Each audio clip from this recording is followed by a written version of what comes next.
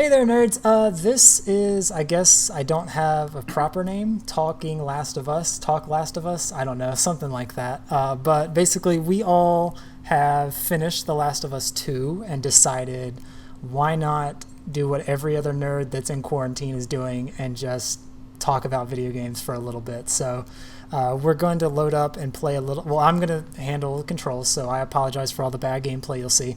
But I have with me Abe in the top left hand. So I say, hey, Abe. And then in the Hey, top right hand is Luke.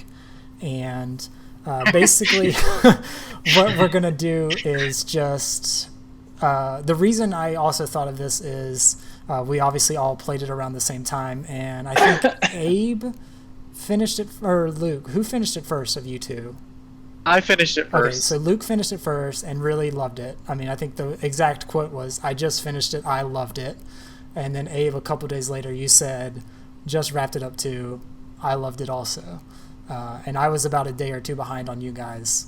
So we all have thoughts on this game, and I imagine most of them are pretty positive.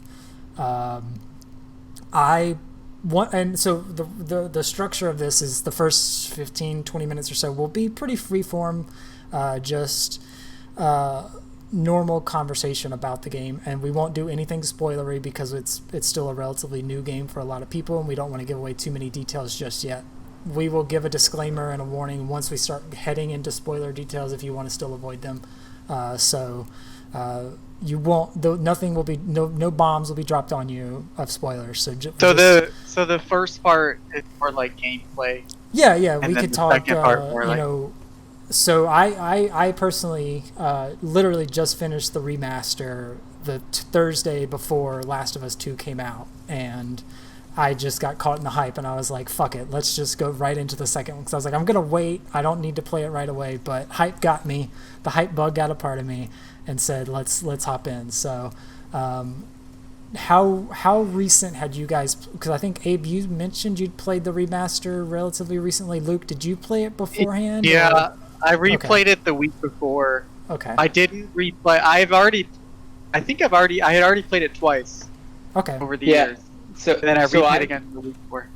I've also played it 3 times, Oh my gosh. and it's one of the few games I've ever replayed. To be honest with you, I don't really like replaying games, and I played it. I think like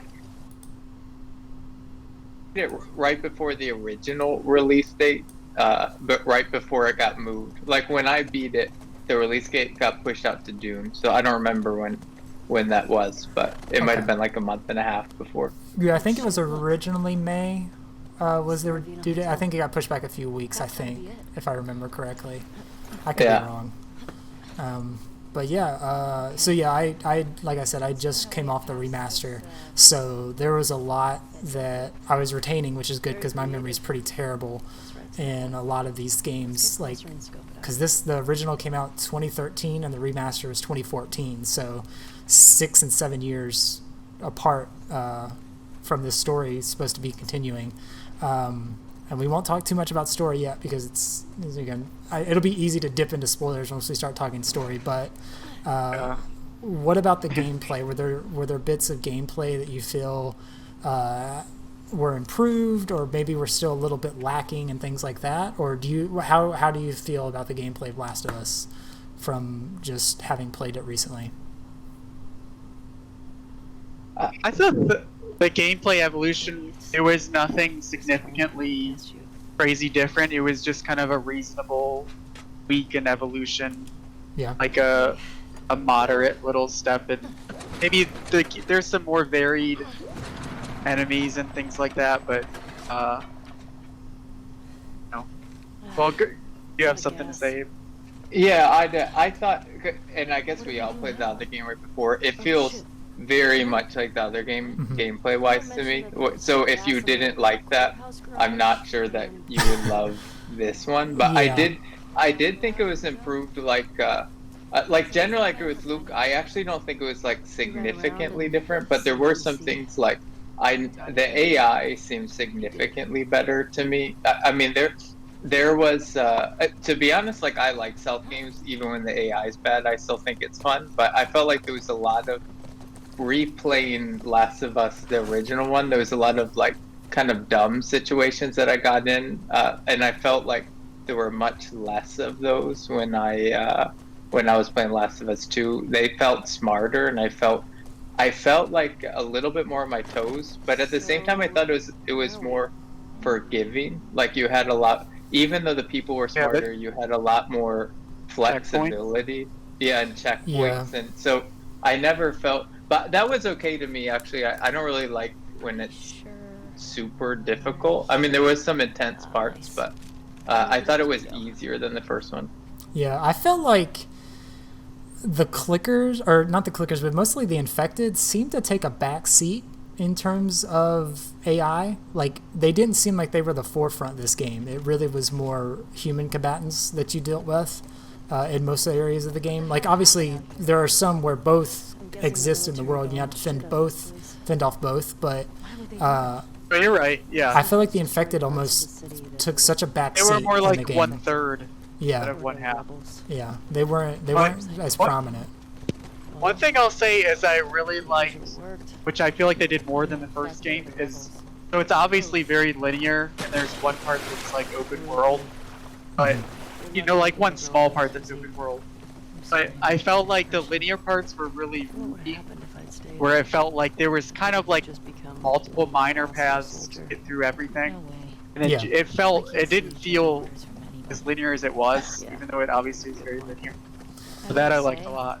Yeah, they did a good Yeah. job of like disguising what I think a common term in video games now is just like hallways, like video game hallways. Like you're just going through tubes, but they're disguised so pretty that you can't discern that they're actually just linear hallways you're traveling through.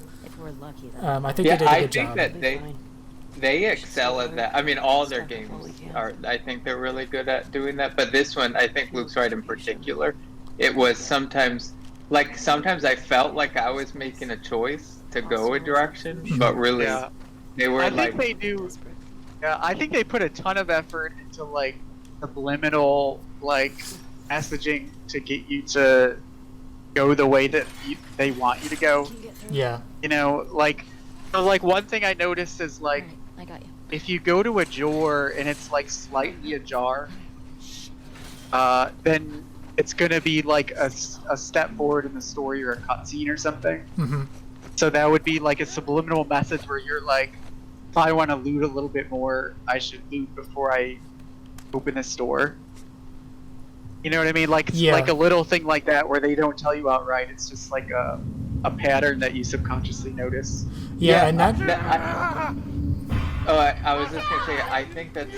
I noticed some things like that too. You know how like usually games, like even old like Uncharted games and other games have copied. It's like totally obvious where you can climb. You know, like Yeah. it's literally a different color, and it looks like they just made a specific path for you. I feel like it was a bit more subtle. Like I always knew where I could go, but I didn't. It didn't seem like it was like a red line that was like Yeah, so flashing this- in the go. So that's another thing I noticed is it would be like vines growing. If there's like vines growing in a car, then you can climb it. yeah, You know what I mean? So it doesn't like you just kind of know that just from the pattern of it, but it doesn't like strike you as like this is like an arbitrary barrier. yeah. You just like know you can't climb it.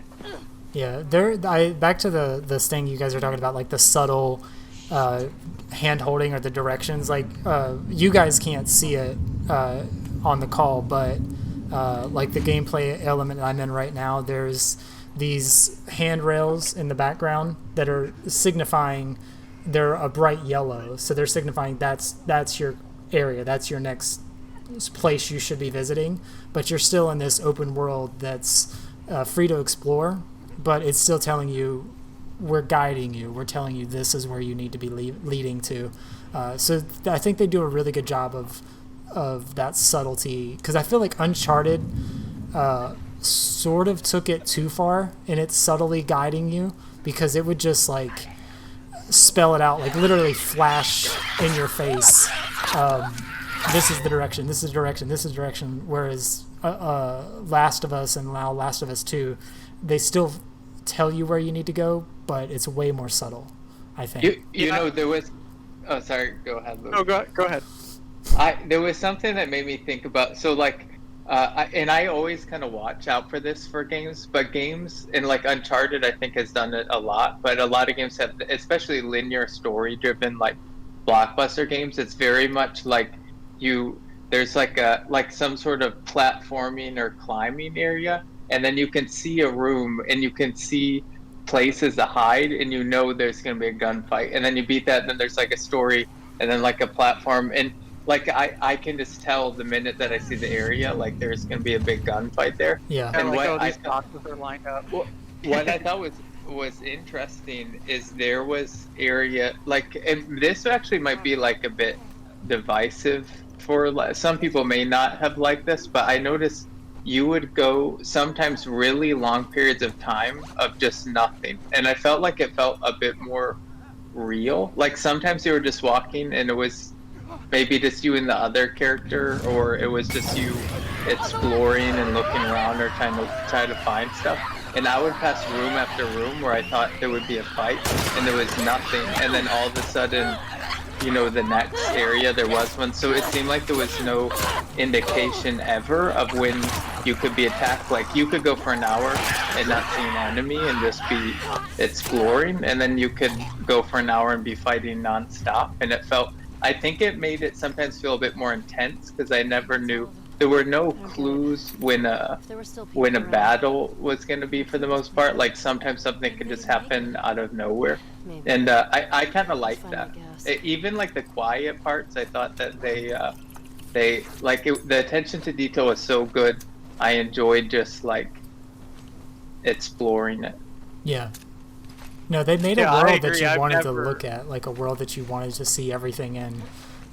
But I also, there were instances like Luke, back what you were saying, where if you miss those cues to know that this will continue the story and lock you out of anything you haven't checked yet, there were a couple of moments where I wasn't done exploring and I didn't know that this was the route that was going to lead into the next story element.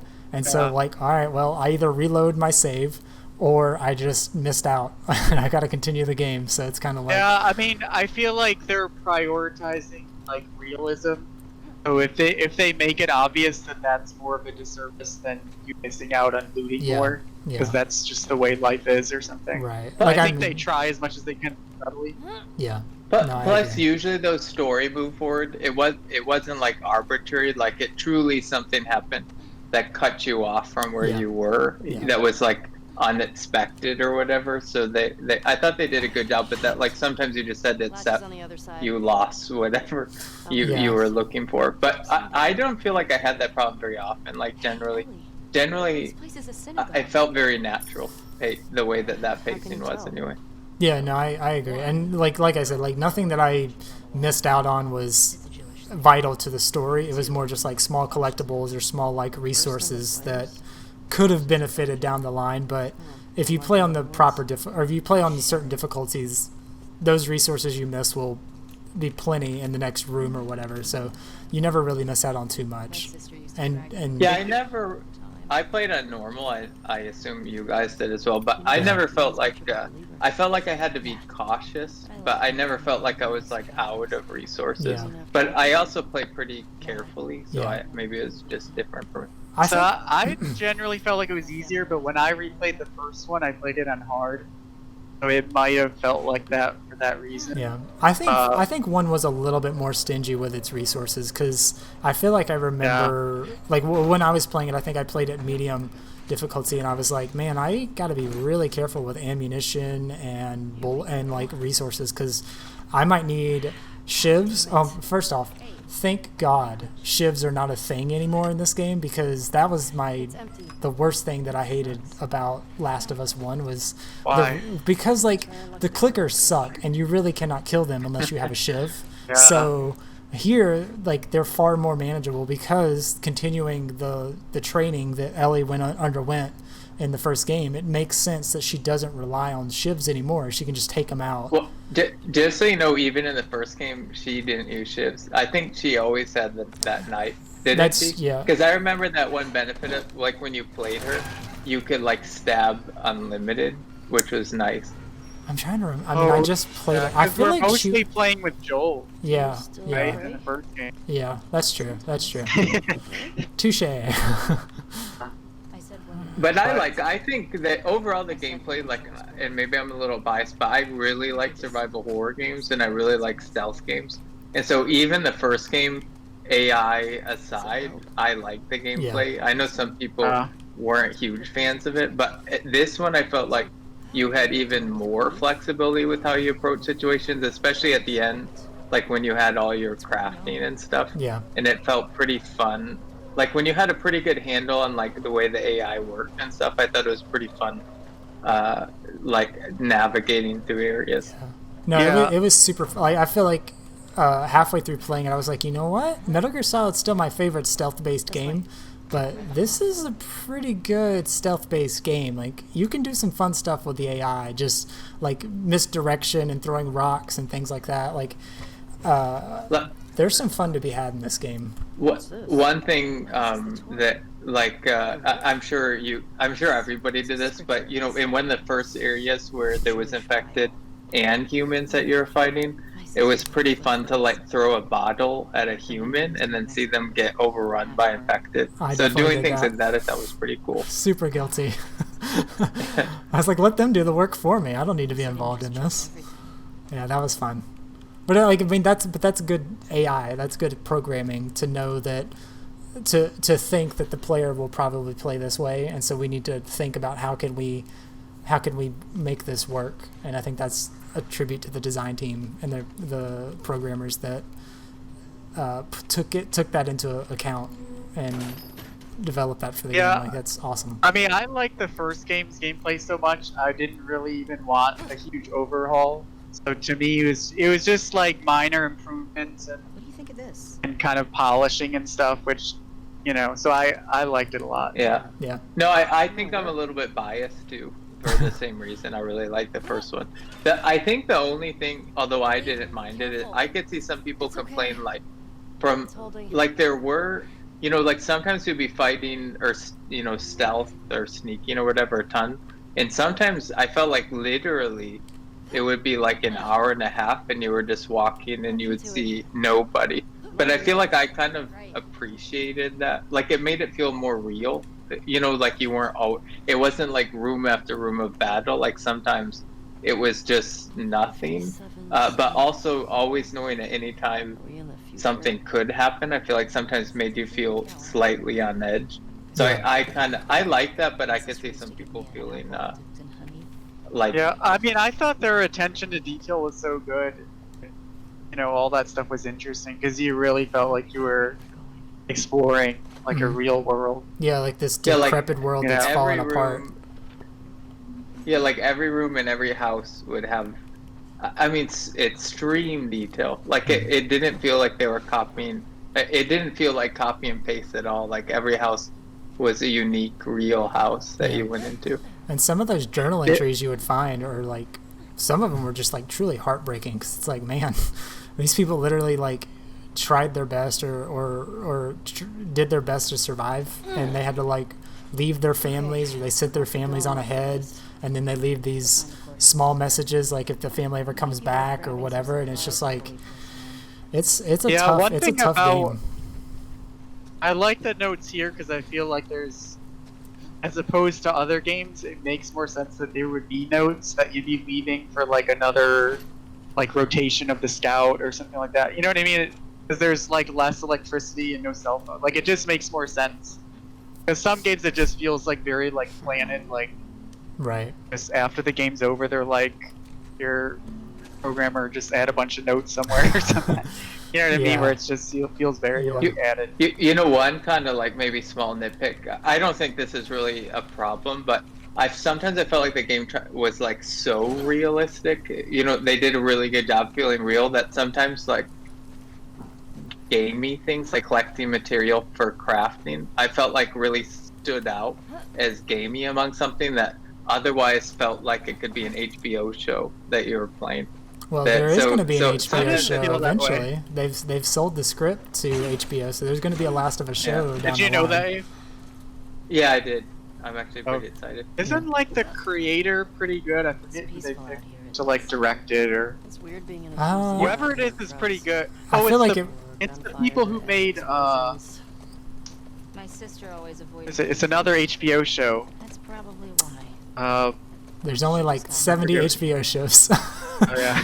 Sometimes wake up You know, It's the one anyway, with the nuclear fallout. Chernobyl. Chernobyl. Oh, yeah. Chernobyl was Oh, like one yeah. of my favorite things Yeah, of 2019. So So that I'm seems in. like perfect. Yeah. you know one thing I love The Last of Us story in general, so I'm excited to see it. But this is kind of funny, but normally I feel like a TV show could do the story better than the way a video game could. But sometimes I feel like The Last of Us, like talking about the first game now, it was so well done from a story perspective, like it felt like a movie, but also like playing those long sections, just like walking around with Ellie, or even like the spoilers on the original game, but like at the end of the game, when you had to shoot or kill the doctor to save Ellie, I felt because it made you like commit the acts, whether or not you felt comfortable with it. It was like an added weight or investment that you had in the story that a TV show can't really do. And I feel the same way with this new game. I think ahead of us getting to the story, it kind of took that to another level, a way that a TV show or a movie, you don't feel quite as like a part of the decisions that are happening. I agree. Where it being a video game, this is it. Like it has all of the things that a cinema would have to have an impact, but then the gameplay on top of it to enhance it. Yeah. So I know what you mean. If they're gonna do Last of Us, I kind of would want them to like really have a different, like almost have different characters or something. Just have something. Yeah. Because I think it could only be worse. Like it's like like a book, like you get more detail. This is one time ever where I think a video game actually adds something that a movie or TV show just can't quite do. Yeah. But I think that said, I like it. I'm hoping what they do is they don't do an adaptation of this game and they do the Joel and Ellie story again. I just hope that they do the world that The Last of Us is and just focus on another part of the country or other characters, because I mean we've seen this I think story. they're casting Joel. Okay. I mean, I'm sure it'll still be fine. I don't know. Yeah, I'm sure it'll still be fine and great, but you know, maybe if the first season does well, then they could just make it. What's that word for like with the American Horror Stories, where it's every season's a standalone? There's a certain term they use to. David, what's that word? They use? Anthology. Anthology. Yeah. And like just make it an anthology show where each season is different people in the same world that never cross paths or anything like that. They just exist. I think that would be awesome, but I don't think that's what they're gonna do. No, I don't think they will either. It's gonna be like a line by line practically of the, which seems like a shame, because you lose. You know, like the game's 20-30 hours. Mm-hmm. You know, it would take multiple seasons to have that same level of. Plus, you know, there's some things besides just like committing the acts, like those long stretches that you're like walking by yourself, exploring, or like walking with whoever you're with, you know, whether it's the first game or second game, that's something that would be very boring to convey in cinema. Sure. You know, you can't, like sometimes you felt very like alone, and I thought they conveyed that well, something that just a show couldn't do in a way that wasn't really boring. On that note, in terms of a video game being adapted for TV, The Witcher, arguably one of the bigger shows at the end of 2019. I personally have not seen it. You guys talked about it and seemed kind of ho-hum, so I was like, okay, well, I trust your opinions, so I'll get to it eventually. No one was seemingly raving about it. People were just like, oh, yeah, it exists, and it's there if you want to watch it. I just agree. So when it first came out, the critics, I feel like, were ho-hum. But then the audience reaction was, like, really positive. Like, people, like, just random people in my Facebook.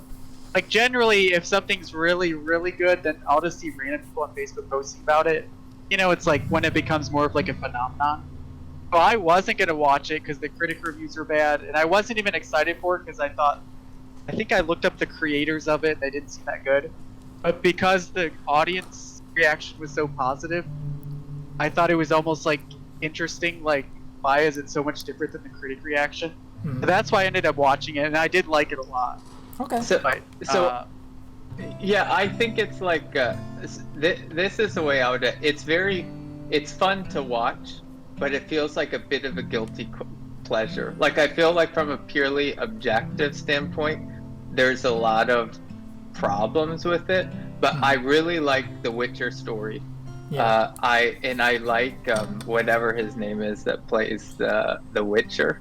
You know, like he obviously put a lot of effort Henry into Cavill. it. Henry Cavill, but I feel like it's like I feel like it's not like technically like sometimes it seemed really well done and sometimes it just felt like it didn't quite get there.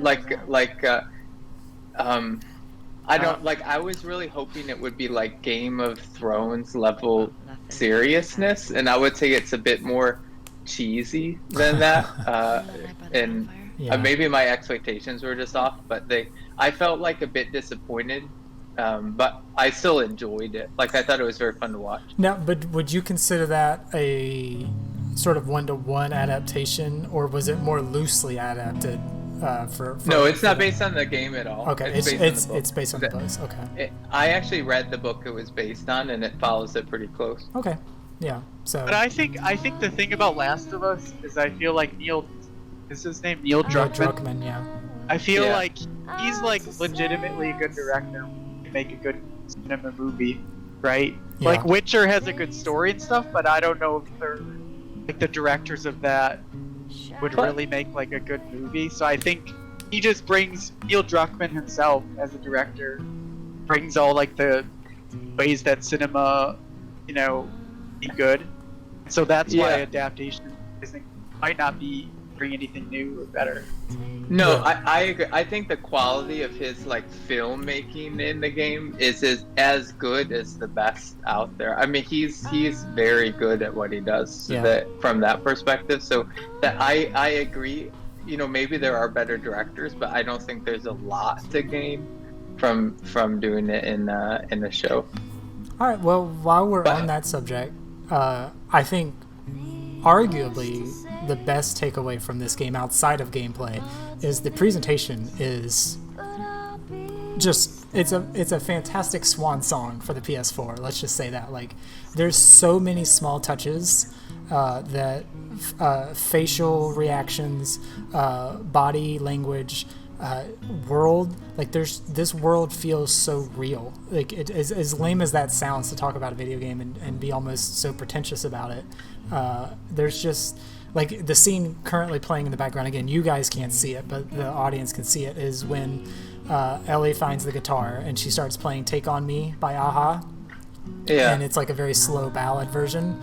Like just the way their eyes meet, just the small movements that are there, or the big movements, everything about it's like, I believe these are people existing in this world, having a small moment. Like, it's so great. You know, I'm glad you said that scene, because I remember when that scene happened, and I thought like it was so brilliantly done. Because first of all, it felt like you just stumble on it kind of randomly. Like it was just like I explored a house and it just happened. Like it didn't feel like it was a forced part of the game. In fact, I think maybe you could miss it if you didn't go in the house. Yeah. I'm not sure if it makes you go in. I think I think you can completely miss it. You know, it's obviously like a very brutal, dark story without getting into the story part of it, and it feels very brutal, and even like the violence. I mean, it's probably the first time I've ever felt like bad in a video game, killing someone, like because the world feels so real.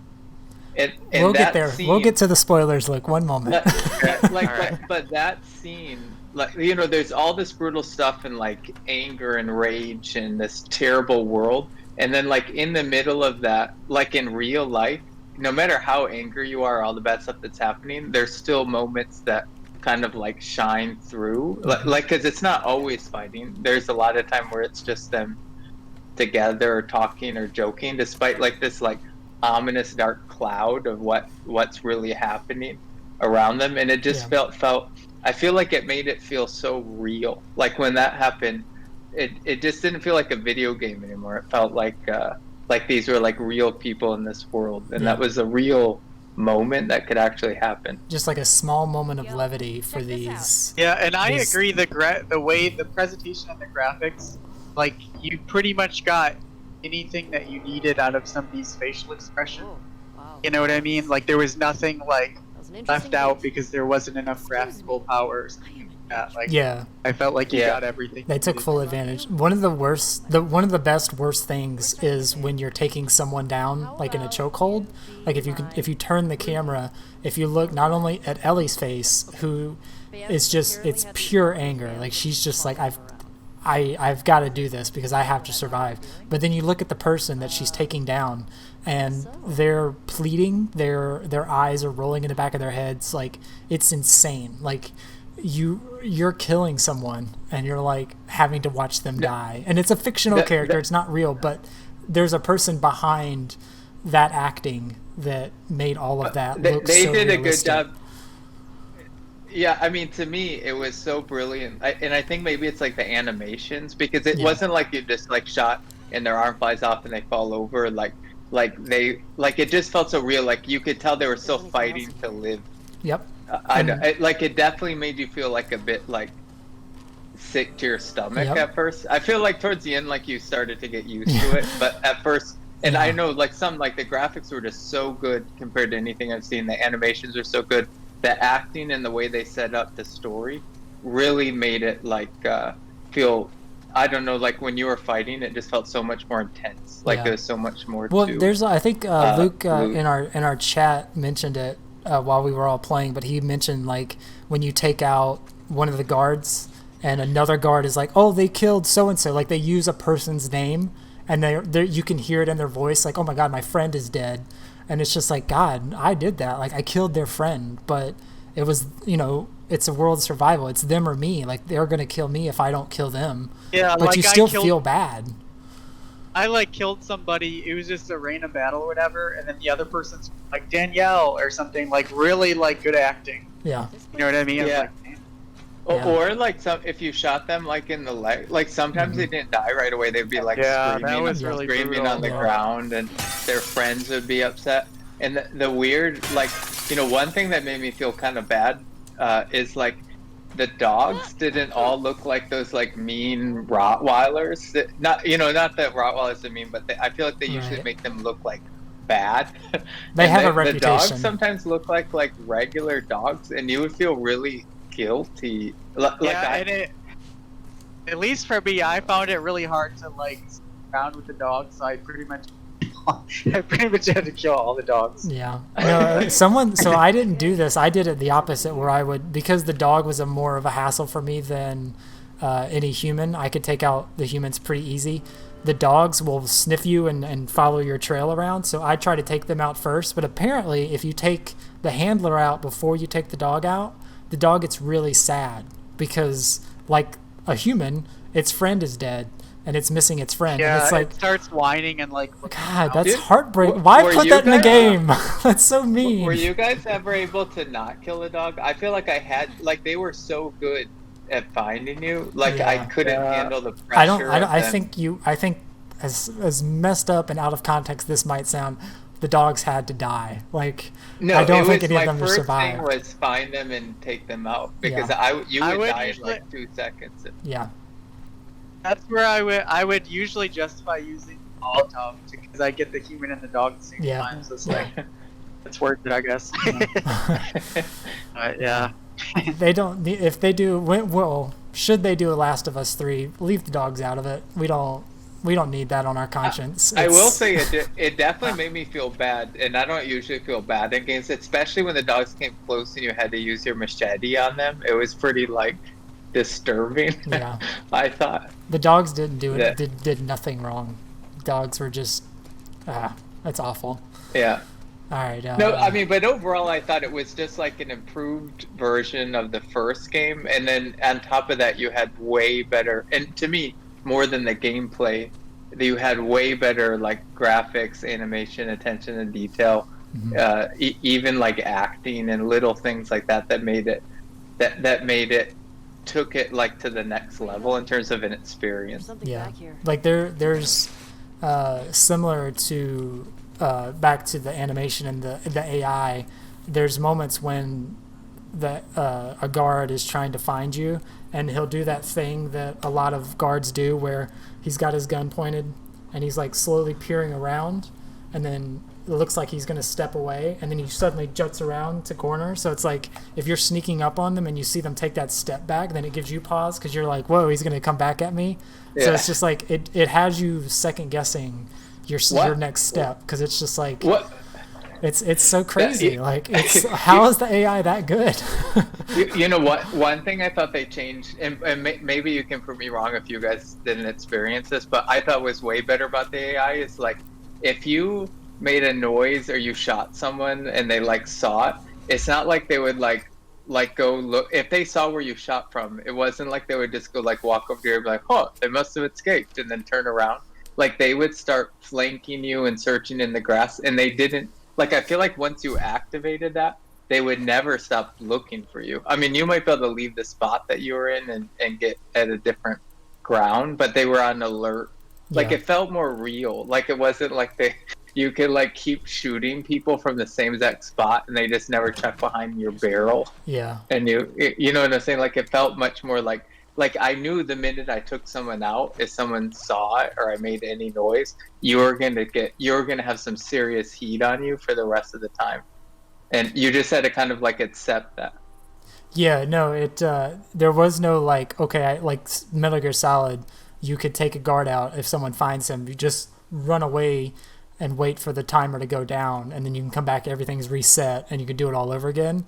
Like, I didn't get that here. Like, if they found a body, they were not going to give up until they found the person that did it. And it's just like, well, Yeah. just be more careful. Like, don't let it happen. Don't get caught again. So it's just like, yeah, the program, the AI is so incredible. It's, The only thing I'll complain about, so I don't know if this happened to you, but when you're like with another like fellow NPC, right? I felt like sometimes more than the first game, they would kind of get in my way. yeah, Sometimes where they would be hiding behind a barrier, and I know I guess that's realistic, but it's like the one barrier I'm trying to go to next, and I don't really have another option, and they're Yeah. just like hiding behind it, and I can't. They don't move if I try to push them. You know what I Right. mean? right. That definitely happened to me. And I mean, Didn't. I don't remember that happening to me, but I did notice they actually helped you. Like they would Yeah. actually kill people. Yeah, Well, they they were would. really They good. would be more of a participant than. yeah, and they were good shots. There were a lot of times they helped kill people that were going to otherwise kill me. But there were like small things Yeah, it's that, like being super pedantic about it. Like if one of my AI companions is literally standing right in front of a guard or crouched in front of an infected, the infected doesn't see them. Whereas if I'm in that exact same position, boom, I'm caught, and I forgive it because again, it's a video But, game, and I think it that's has a to be good forgiving. gameplay choice. Right? No, Can absolutely. you imagine if they actually Yeah. triggered them? Yeah, oh, it'd be You know chaos. what I'm saying? Yeah. It would be the worst. I feel like they made wide choices that made it fun. I mean, Yeah. there might be some things you could complain about that. You know what I'm saying? But because I saw that too sometimes, but I just feel like that's a smart gameplay choice I until. guess it's kind of. I think it's fair if like I think if I found the they house. really were participating in shooting zombies See and that helping sign? out. I guess it's fair if they're going to be helped and they might be taking up a location on the map. You know what I mean? Yeah. But it was Right. just annoying to me personally when I'm like, Wow, nice work. detective. because just as a video game player, I'm expecting them to be out of the way when I'm like getting up to the spot. You know what I mean? Yeah. Because I'm the player. You know what I mean? But I don't. But Yeah, I think the only time that happened to me was maybe in that like sniper section. But other than that, I don't remember really having Yeah. an issue. Yeah, it never was too often and enough to be like game breaking or anything like that, but I would just notice it and I'd be like, well, it's still a video game and there's only so much Yeah. that yeah, it did Well, ruin it. It was Yeah. just. I just remember a couple moments I was like, this is really annoyed. yeah. Yeah, it is though. Like I do feel like sometimes those are more noticeable because of how realistic the game is. But then if you compare it to anything else, it was It's still a lot better definitely than in the than other games. But I was and stuff expecting for it. like if they're behind this barrier that can only fit one person. If I run up to it, then they should like move to the next barrier or something like that. But they would just stand there, and I'm just like awkwardly like. You're no longer trying you to, can't like, get behind the you cover know, because I they're don't know. there. Yeah. No, So- I agree. So do you? I feel like we need to talk about the story now. Yeah. I mean, because I feel like we're on the same page with the gameplay and the story. Like I think in some ways you can say like enhance some of the things that you said, Hmm. and in some ways obviously was divisive. So I'm curious. All right. I'm kind of curious to move to that because I feel No, like we're all I pretty definitely, much on yeah. the same So, 40-minute mark, we will be discussing spoilers now. If you do not want to hear anything of The Last of Us 2 until you've played it again, feel free to shut this off, come back afterwards. But we will now be talking Last of Us 2 spoilers, so you have been warned. And I'm going to allow Luke to kick off the spoiler talk. So, Luke, have at it. Because you Luke, didn't you've look been ready. really itching, You didn't Oh. look ready, so. Wasn't Joel Yeah. coffee? Kidding Yeah, me? so He when played I'm first half the playing, stuff so I in really other liked things. it, like start to I finish. never got it. Like so, He's like, I mean, I think you could, like, I could Thank nitpick you. some stuff about it, but I thought it was so good. Nitpicking is, I don't know. Like, I have no Yeah. desire to nitpick it because I thought it was so effective. No, So I- when I Sorry, go ahead, like- Luke. So when I like was first playing through it, I had heard about some backlash, Mhm. but I just assumed the backlash was about. So I was still playing it. But I just assumed the backlash was about the endings. I didn't really look into it because it didn't occur to me because I thought it was so good. It didn't occur to me that it would be about like, just like the whole like, that it wasn't just the ending. Like it was bigger parts of the game. Yeah, I feel like Luke, I had the same. So I also didn't know that there was backlash. Not until I was like halfway through the game, and I was also very surprised to hear about the backlash.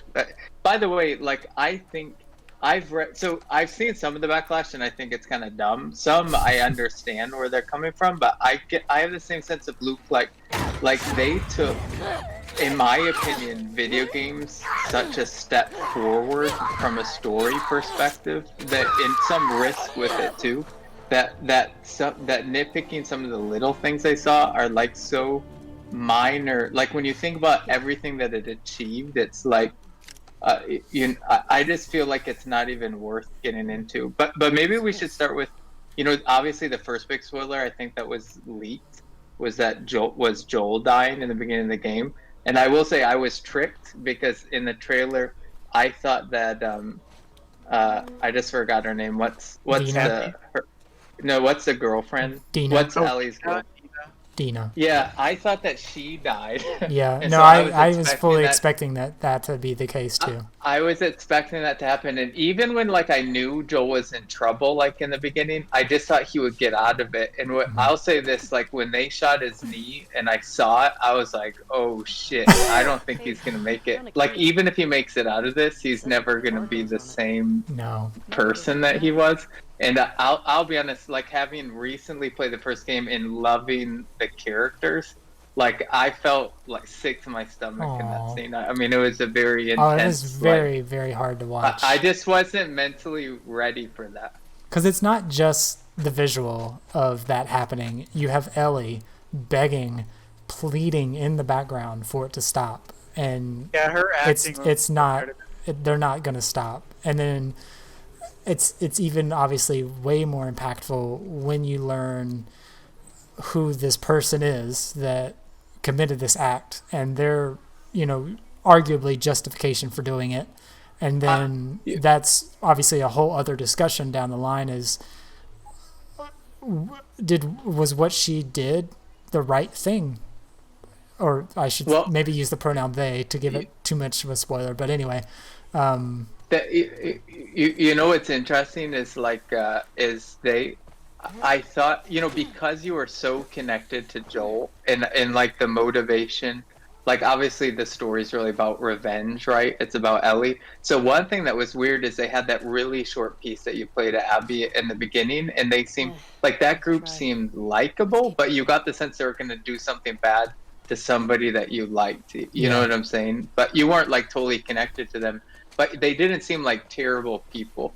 And when that happened, like having been with Ellie and Joel the whole trip before then, and even everything that was happening in the beginning, like I felt actual emotion and anger. Like I wanted to hunt down those people and take. Like I could see they did a good job, I thought, making you feel like Ellie did and actually want to take those people out because of what was taken from you. So I thought which I think was the whole point, like they wanted you to feel that way so that they could set up the rest of the story. Right. Like you guys, I assume we all like the story. We enjoyed the ups and downs and all the in-betweens. So I guess this is the big spoiler. It's revealed that Joel dies. He's killed by Abby in the first 4 hours of the game, approximately the first 4 hours of the game.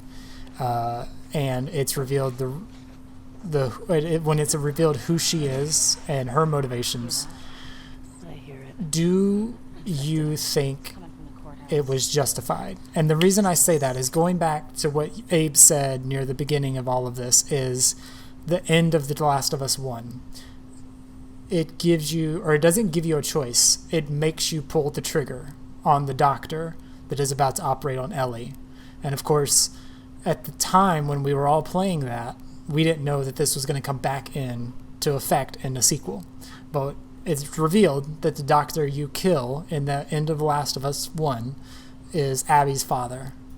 And Joel is the person that kills him. So now Abby has a revenge plot against Joel. So she has set out, I think it's revealed she's an ex-Firefly. Like her whole group are ex-Fireflies, right? They split off and form like this wolf. Fireflies almost.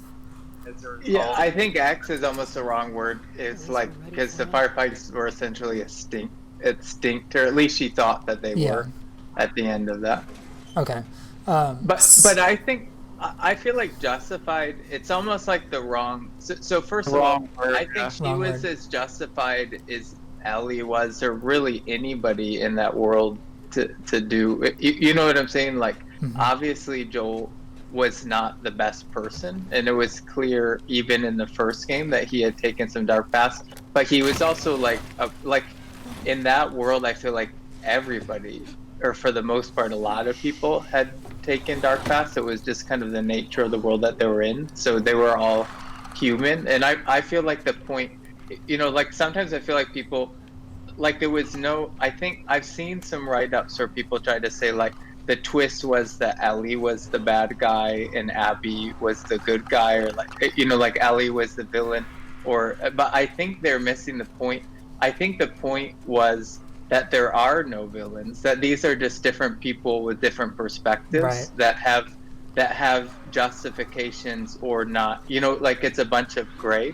So like I think Abby, if revenge can be justified, you know, considering what happened, I could understand why she would want to do that. At the same time, I understand why would Ellie want to do what she did, or why would any of them, because you know, I think they spend a lot of time trying to show that even that crazy cult, the Scars, that even they were the Seraphites. You know, Scars is an offensive term. Use the right name. Sorry. But I think the point was like there are no bad, and the best way to compare it, because I don't think that there's a lot of modern media that have done this, but I think Game of Thrones is a good example, because it was one of the first shows where there were no true good guys and bad guys. There were just different people in different situations. I mean, I know there are people who are worse than others, the ones that you rooted for, but there was like good and bad in all the people, and I think that they wanted to do the same thing, which is risky in some ways because it's not what people are expecting, but at the same time it made all the things that we talked about in the gameplay. You know, it's one thing to be upset killing people because of how real it looks, but then when you know and literally play every side of the story and feel connection to everybody, then it makes it that much more effective. And I think it was effective in a way I've never felt like that in a video game, ever. I mean, I've never felt like where I actually thought I might not kill someone just because of emotion and not because it was in my best interest for the game. Yeah, no, I absolutely agree. I feel like the question is less like about the act. Like, was the act justified? I feel like the answer is definitely no. I feel like it's more like, can you empathize with Abby and why she did what she did? Even though, if you step back and think about it intellectually, it's like, but it, what would she really accomplish by doing that? So I feel like it's like the justified question is like ask about the act, when a better question is more like about if you empathize with Abby.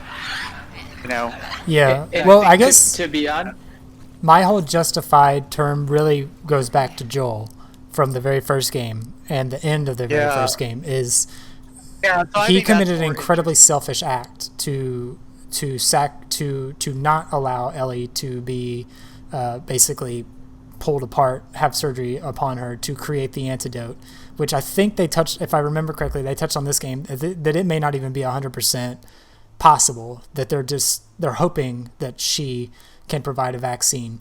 So a reminder for the end of The Last of Us 1, he kills the doctor and then he lies to Ellie about what happened because she was knocked out, so she didn't experience any of it.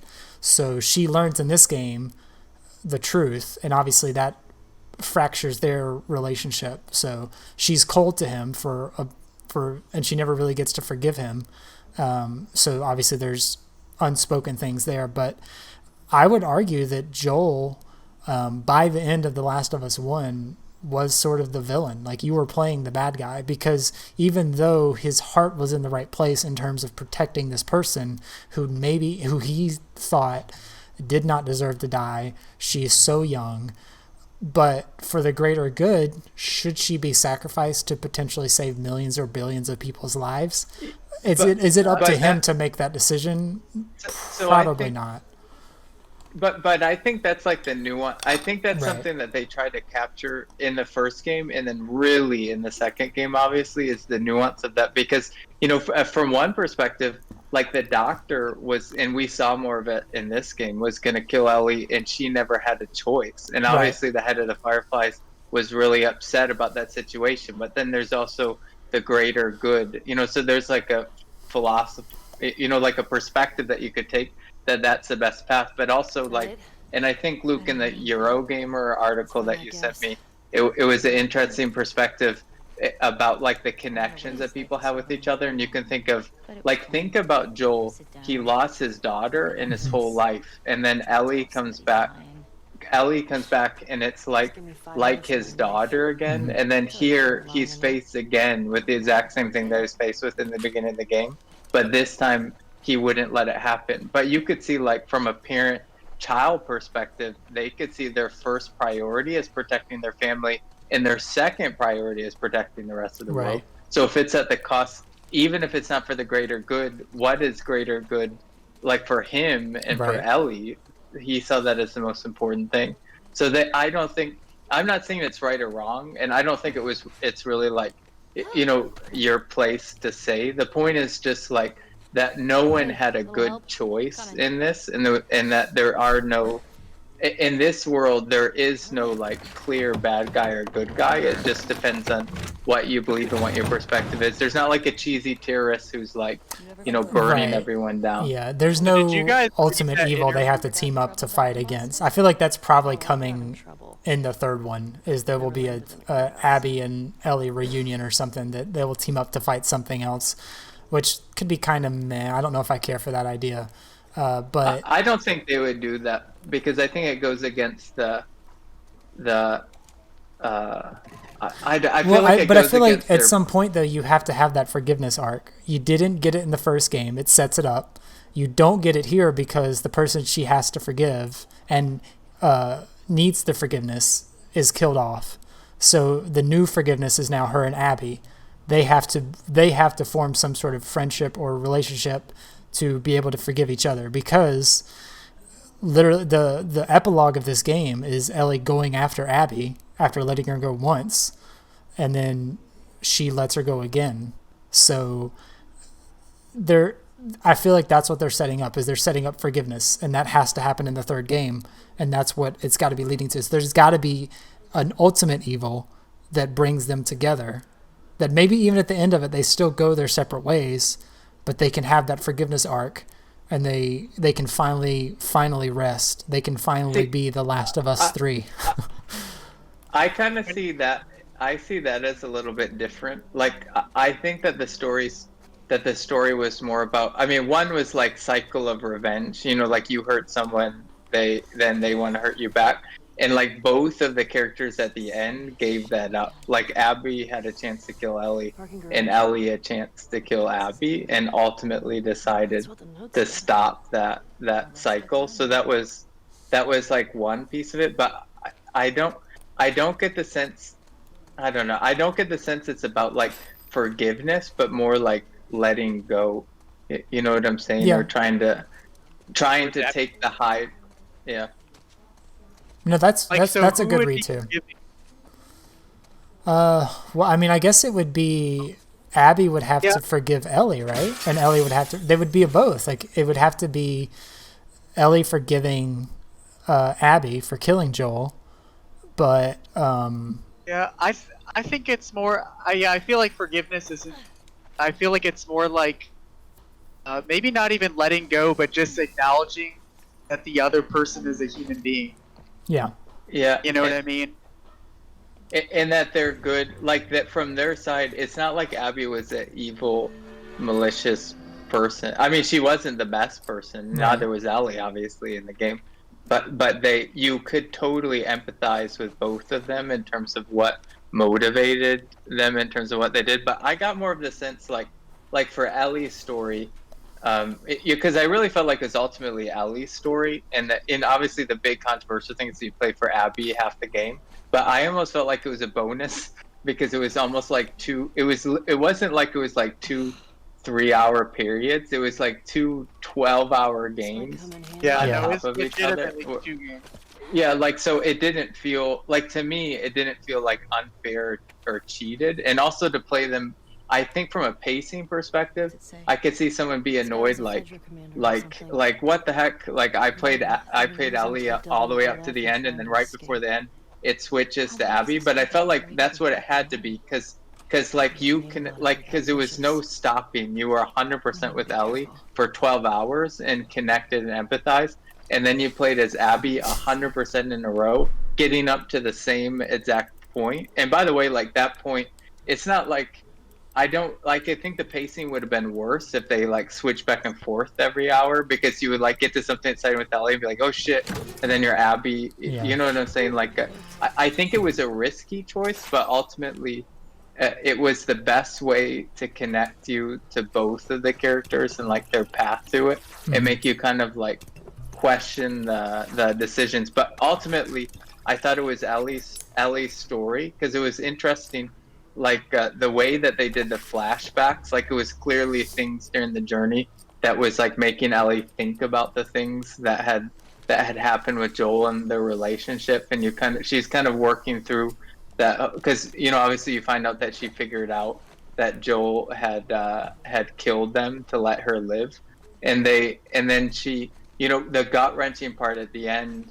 I mean, the reason, like, you really understand why she was so upset from the revenge perspective wasn't just that he died, but that they were just about to fix the relationship or work on it, and that was like robbed from her right at the end. So I felt like there was a lot of nuance with that. And at the very end, like at the very end, Ellie kind of let that all go. Like she couldn't even play guitar anymore, which was her big connection to Joel, That was, because like, of her release. fingers being gone. I So felt- it was kind of like an interesting journey for her, where she like worked through all that hate that she had for Joel and for the people who killed him, and kind of let it go at the end, which is the way I interpreted that. Well, I think she had villainized, kind of in the same way the game in general is trying to say that there are no villains. I feel like Ellie's journey was like the whole time Abby was like this villain, that was like obviously evil and she needed to kill with her revenge or whatever. And so at the very end, when she's like, I think at that point Abby had kind of like herself by that point, and so when Ellie confronts her, she's like basically in denial about who Abby is. She's expecting Abby to like want to kill her back or be a villain. Yeah. You know what I'm saying? So that's why she like forces Abby to fight. you know, and then at the very end when she's like kind of just like, okay, just take it or whatever, because she finally was like acknowledging that Abby was like, You know, Luke, that's a really good thought on that, because I remember when you first started fighting the wolves, and there was a conversation that happened where, what is her girlfriend again? Nina. Dina. Yeah. Yeah, Nina so with a D. Yeah, so she said something like they read a note from the wolves, and she said something like, you know, they seem like how do you know, you know, like how do you know that they're not just like us?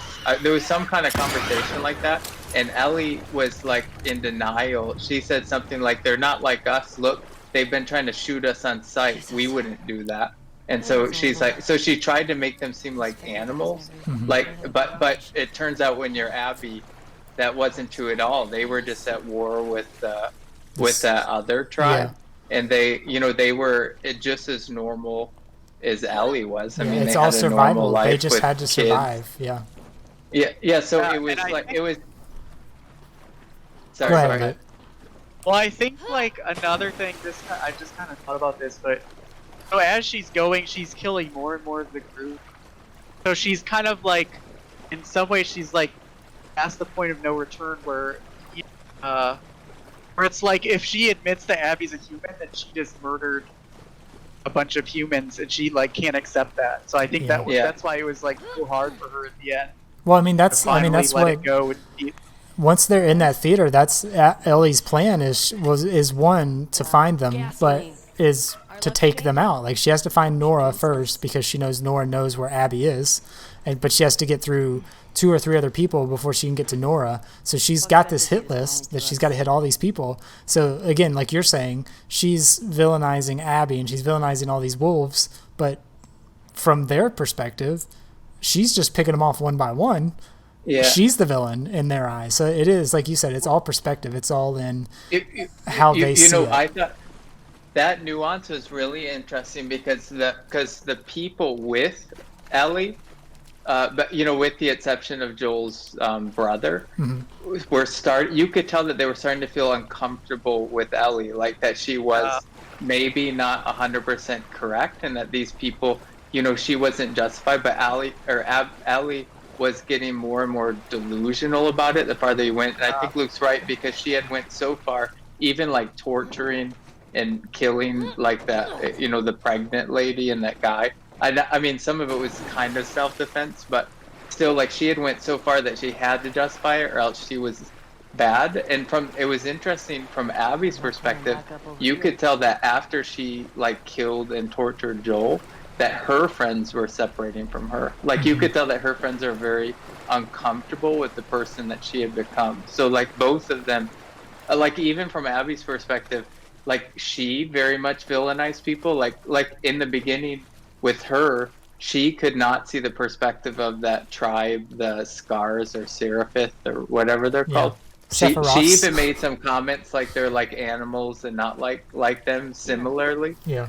And then obviously later related to them. And I think when she realized that they were people, that's when she realized that Ellie in them, you know, everybody is. And I think that's when she let it go. I feel like they kind of had the same arc, but Abby's was like halfway through her story, she started her redemption, whereas Ellie was like at the very, very end. Right? So halfway through, when those bars saved her life, it was kind of like that act of like compassion or whatever from them kind of started her redemption tale. Yeah. And that was like halfway through. Well, I think going back to what Abe was saying about Abby's friends sort of stepping back from her, I think like their job was done. Like their whole reason they were still after Joel was for Abby to get her revenge. She got her revenge.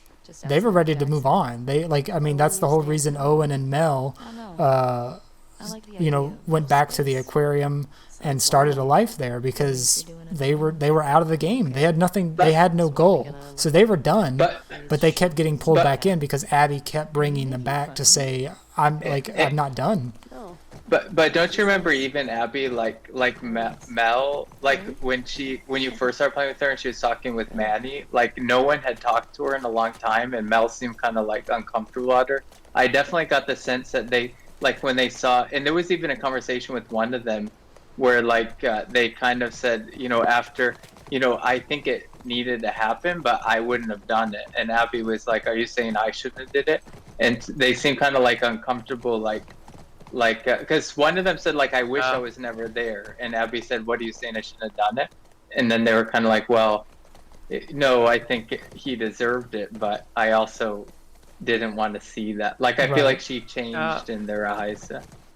Yeah, I think there was definitely, like, I think in the beginning, for both sides, the friends were like supportive of them emotionally and were like, like it's so, like they were generally supportive, like getting some revenge or whatever. But then they just started crossing the line, and then they were much more reluctant. They probably thought it there never was- actually would happen. So then when it actually comes down to it, like we actually now have to kill this person, then it's like, oh wow, Oh shit.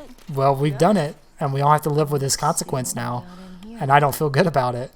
So like it's Yeah. there's a lot to take in there too. But I thought like Abby's story, it had to be there for you to really understand. Like, because otherwise, like, no matter how much they try to humanize the enemy, you know what I'm saying? You just can't. Like, I will say this: when there was 2 battles where you fought Abby versus Ellie and Ellie versus Abby, and I was extremely uncomfortable, and I've literally never felt that way. Like when you had one pinned down, you kept punching. I didn't even want to keep hitting the button Yeah, to do and it. then the death Yeah. scene. Oh, Yeah. like when they Yeah. would like, you would like, like you'd be Ellie and then you die for Abby or something. It's like, oh. Yeah, no, it was Those are like brutal. I just felt like you couldn't, like you had to play both sides. Now I can understand why someone would be upset. Like I'm this game to play Joel and Ellie. I don't care about other characters, but I feel like they had like the point wasn't about a specific character. I mean, it was about Ellie obviously, but it was also about like the world and that there were to make it really feel real and fleshed out with where you actually had some consequence to the killing rather than just you're shooting a bunch of guys and that's that. I mean, I think the focus was really on that you don't that the killing had some weight to it and that emotion might affect how you actually play the game. Yeah. Which, Yeah, so if you read I don't know if you read the interview with Huffman, but he pretty much says all that in the interview. Like he talks about like what he thinks the game is about and stuff. It's pretty interesting. No, Well, no, I haven't. Take a look. Let me read just one quote because there's one when we were talking about the villain stuff. He actually there's a question in the interview that's like directly about the villain stuff. So let me. Yeah. So yeah. the question was the intent of that fight to have you without a wait? Was the intent of that fight to have you without a doubt that Ellie is the villain? Right. So that was the question. He goes, for me, hero and villain is too much of a judgment for the way we approached it. It's to say here are a bunch of flawed characters that make flawed choices, have to deal with those choices, and say, can you come back from that? So Yeah. that's like his exact words, which I felt was exact. And that's the way that I took the game, and I felt like it could.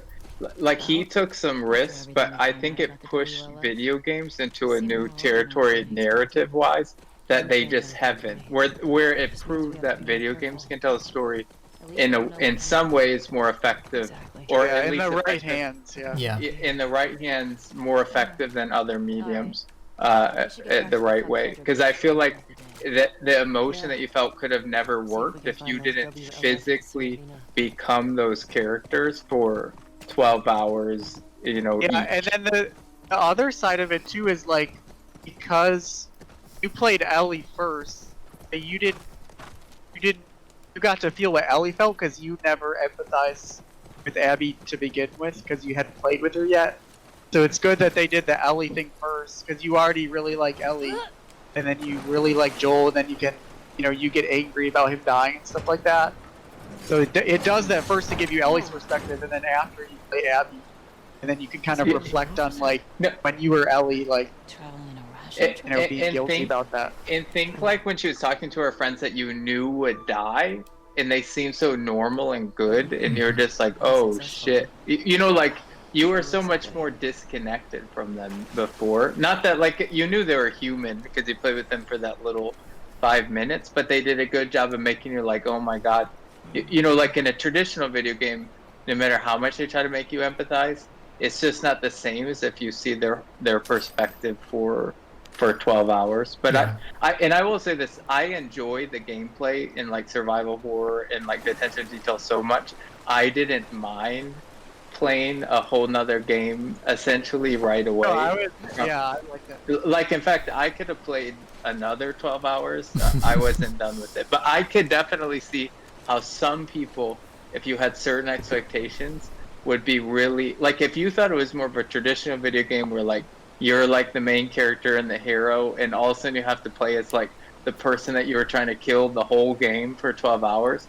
That I think if you're looking at it from like a more traditional like hero versus villain video gamey type of thing, you might be annoyed. But then also I feel like if you're thinking that way, why are you playing Last of Us at all? Like I feel like you kind of know that it's a bit more like nuanced than that. So I feel a bit surprised by some of the backlash because of that. Well, I think, just so you know, I don't think that there's as much genuine backlash as it seems.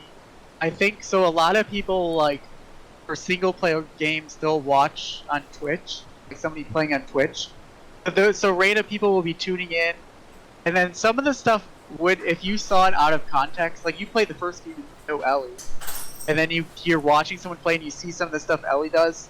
Out of context, it might seem like there's no way that could make sense or something. So I think some of it is from that, where that kind of fueled some of the opinions there. But I don't know how much of it. But Yeah. So, well, I mean, I think one of the things I would disagree with the group on, and it's a minor thing, and I still enjoyed my time with it, but I do think the game was a little bit longer than I maybe anticipated or wanted. I felt like as I kept thinking it was getting to the ending, it just kept going, and I felt like, okay. There were definitely times I thought it ended. I was I like, did okay, too. credits are about to roll. Yeah, I was kind of just like ready to get away from it. Like, one, sort of became desensitized to all of the violence. Like, I was just like, okay, I've heard this person scream about their friend dying a million times. That doesn't affect me anymore. But I just was like, okay, let's start wrapping this up. Like, we're treading same ground. Like, let's just get it. But I mean, it was still important information and important story details. But I was still just like, I'm ready to move on. Like, I just think this could have been a couple hours shorter. That's one thing like I could see. So if I liked the game so much, I almost felt like it was like 2 games in a DLC, like all at once. Like you had, one game. Like I could see another game company launching like one as Ellie, one as Abby. Like, I mean, that would have been Pokemon Ellie and Pokemon Abby. Yeah, no, but like Last of Us 2.5, and then the DLC was like when she goes to, like then DLCs launch like 6 months later where she goes to Santa Barbara.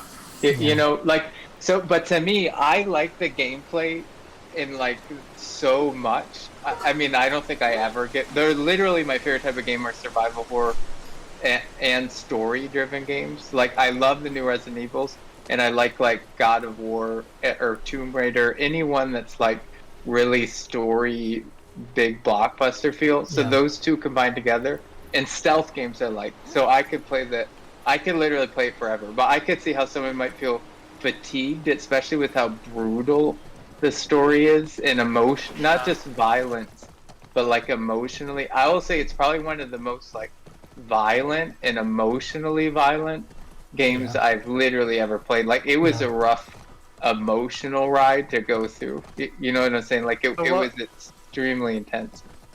One criticism, which I'm still kind of thinking through, is like, and part of this would depend on how you play the game, but I felt like maybe they should have made sneaking more of the priority, because it's like, I feel like it didn't play that well. It didn't seem to fit to me that like you're going through the game as Ellie and you're killing like Uncharted level, like I'm talking about the game Uncharted level of people where you you literally like I'm sneaking around and I slice like 10 people's throat, you know, and then I'm emotional because I tortured somebody for 5 minutes or something. Right. Like to me, it doesn't. Relax. Like I guess you could But- technically justify it Well, we've because been it's like on this for years. Rampage or whatever, It's but gonna collapse to me it did But did I think. feel right. Not a fan. No, I It get it. didn't feel like It's it like yeah, it didn't it's like feel like true to her character. I just killed 10 of Something like- Abby's friends, but now I'm face to face with Abby, and I have to have this moral. Well, no, not that. Like, I felt like the progression with her killing the people that were in that room was fine. I'm talking about like, I just sliced, like brutally, like sliced like 20 people's throats. You know, I don't know. Like that's like at that point you're just a monster. I don't know. Yeah. So I do kind of understand what you're saying, but I'll say this: like to me, I saw this is the way that I saw it. Like so, I never really had that. First of all, my default is always stealth, so I was only really killing people I had to. Now it turned out I'm not so good, so usually I had to kill everybody. But but the way that I see it is like when you were in the field sneaking, it was like a battle. It wasn't like I was like targeting to assassinate those people or torture them. It was like a battle or war zone. You know what I'm saying? It was like they would kill me on sight, and so I would also shoot them on sight. So it was Yeah, a no, war. I know you. So like I when know you think like a soldier, but it's literally a war crime to like torture people. Like she was attacking people who were not attacking her, and those are the parts that I think she struggled. Like I could see how even a soldier who maybe killed many people in a war would struggle to literally torture someone defenseless. You know what I'm saying? I feel like that is much different than killing someone in like a battle because it's me or them. Like she did some things that were beyond like a traditional war scenario. So I feel like killing 20 people in a battlefield is way different than like pinning down someone and torturing them for. I know, like, I feel like that makes more sense. So I guess it depends on how you play, but the most common way that I kill someone is sneak behind them and slicing their throat. You know what I'm saying? Context So I feel in the like video if you're, game, in like- the video game, not in real life. if you're like in some gunfire and then you kill someone with a gun from like 50 feet away. I don't know. Slicing someone's throat open like that. I don't know if you're I doing know that what to, like, you're saying. 20 But those people would have shot her. Like that's how Ellie justified it. She even said like they're shooting us on sight, and that's how she justified Yeah, I it. know it's like theoretically justified, but to me it just. No, I know I what guess you're part saying. of it's Like, just the way I play. like if you think of it from a play video right. game, like you probably killed like 200 people. Like she killed. It's not like a traditional war where there might be like a few or something. Like she's literally like up, like choking and stabbing like at least 100 people. I know what you're saying, but I feel like that some of that's just like. But game. I would like I understand if like they're already shooting at me and then there's some gunfire and I have to kill a couple people. Yeah. But if somebody's just walking around in their patrol and I sneak up and slice their throat, like just completely, and I do that like 20 times in a row. So again, that's just part of the way I played. But I just felt like that part of that would be solved if it was more viable to actually just sneak the game. If or you could something. get Yeah, around the that rather focus than was more actually on having to do it. sneaking or something. Yeah. But You could- I know what you mean. You can justify it the way the story You was, could but- also get through spots without doing. But I will say this. Look, I know what you're saying, and I feel like a lot of games, it's like almost comical because like they'll let like literally in a gunfight where like the main evil villain who is purely evil like drops his gun and they have the upper hand, they have like a moment of doubt and let him go. When you literally just killed like 500 people right before Yeah. then, and here's like the real villain right here. But I feel like I know it's not perfect, but this was the first time ever where what was happening in the story from a killing standpoint was at least semi close to what you were doing as an actor. Yeah, no, I agree. I know with what you. you're saying. Like another thing I was thinking about is just the whole world that they're in. Like Ellie grew up in this world, and she's already killed so many people because you just have to. So it gets so to a certain degree, that's just the way the world is. Where you know, I just can't understand it because I don't live in that world. So I think you could justify it, but just while I was playing it, I was like, it just didn't play right to me, but that would be that would have been my main criticism. But after reflecting on it, maybe not. But that's something that stuck out to me while I was playing. You know. Yeah, that's fair. I would agree with that. I get it. I get what you're Oh, talking Curtis, I can't hear you. Curtis, I I can't think hear you. you're on mute. about. Curtis's typical Oh, I hear you now. microphone Sorry. cut out. You know. I wasn't saying anything important, so it's okay. But Alright, I think that's fair.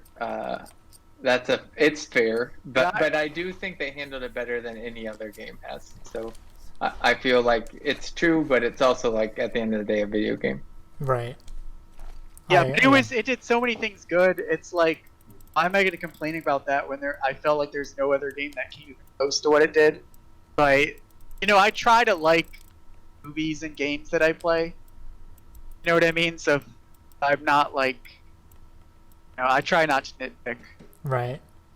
But I mean, it's also it's not wrong to nitpick either. Like, but again, I feel like most of what the flaws or the negatives we've had to say are mostly just pedantic things. Like, it's just like mostly inconsequential, nothing game breaking, nothing that you would dissuade someone from wanting to play this who's like on the fence. Like, there's nothing that would be like, oh no, absolutely stay away from it. It's just like there's some minor things, but nothing that destroys the game. To me, if you stay away from it, it has nothing to do with this game not being a masterpiece, considering the current technology and what video games have been so far. I mean, I think for what it tried to do, and even for what it didn't try to do, it's done it some of the best I've seen ever of any game, right up to this point. But I could see some people choose not to play it because one, maybe it's too violent, or I mean, it is just a dark, depressing story. There's not a lot of happiness along the road of it, and some people just don't like that. It's extremely violent, and they literally make you do some pretty bad stuff, like as a player. So I could see some people, and then also if you're not into like stealth type, survival horror gameplay, then maybe it's not for you. But I feel like for the type of game that it is, there's never been anything as well done. I think to me, my understanding of the backlash is like people who aren't, like when we were talking about like the game is about like, empathizing with, trying to empathize with everybody, even if they've done something that's pretty bad. You know what I mean? Like, so maybe the point of the game is like there are no villains. I feel like the people that can't like the game aren't empathizing with the other side. Like some people, like the one thing about the way I think about Reddit is I feel like people on Reddit will be like, any person, like let's say Neil deGrasse Tyson, right? I don't know what you guys think about him, but overall I like him a lot, right? I feel like anybody that people are talking about on Reddit, they are whoever, the person that they are is whatever the worst thing that they've ever done or said. Yeah. And that's like who they are. So if somebody does something, they'll be like, oh, this is the person who said this, or something. Like they're always like the worst thing that you ever did. I feel like in this game, they can't.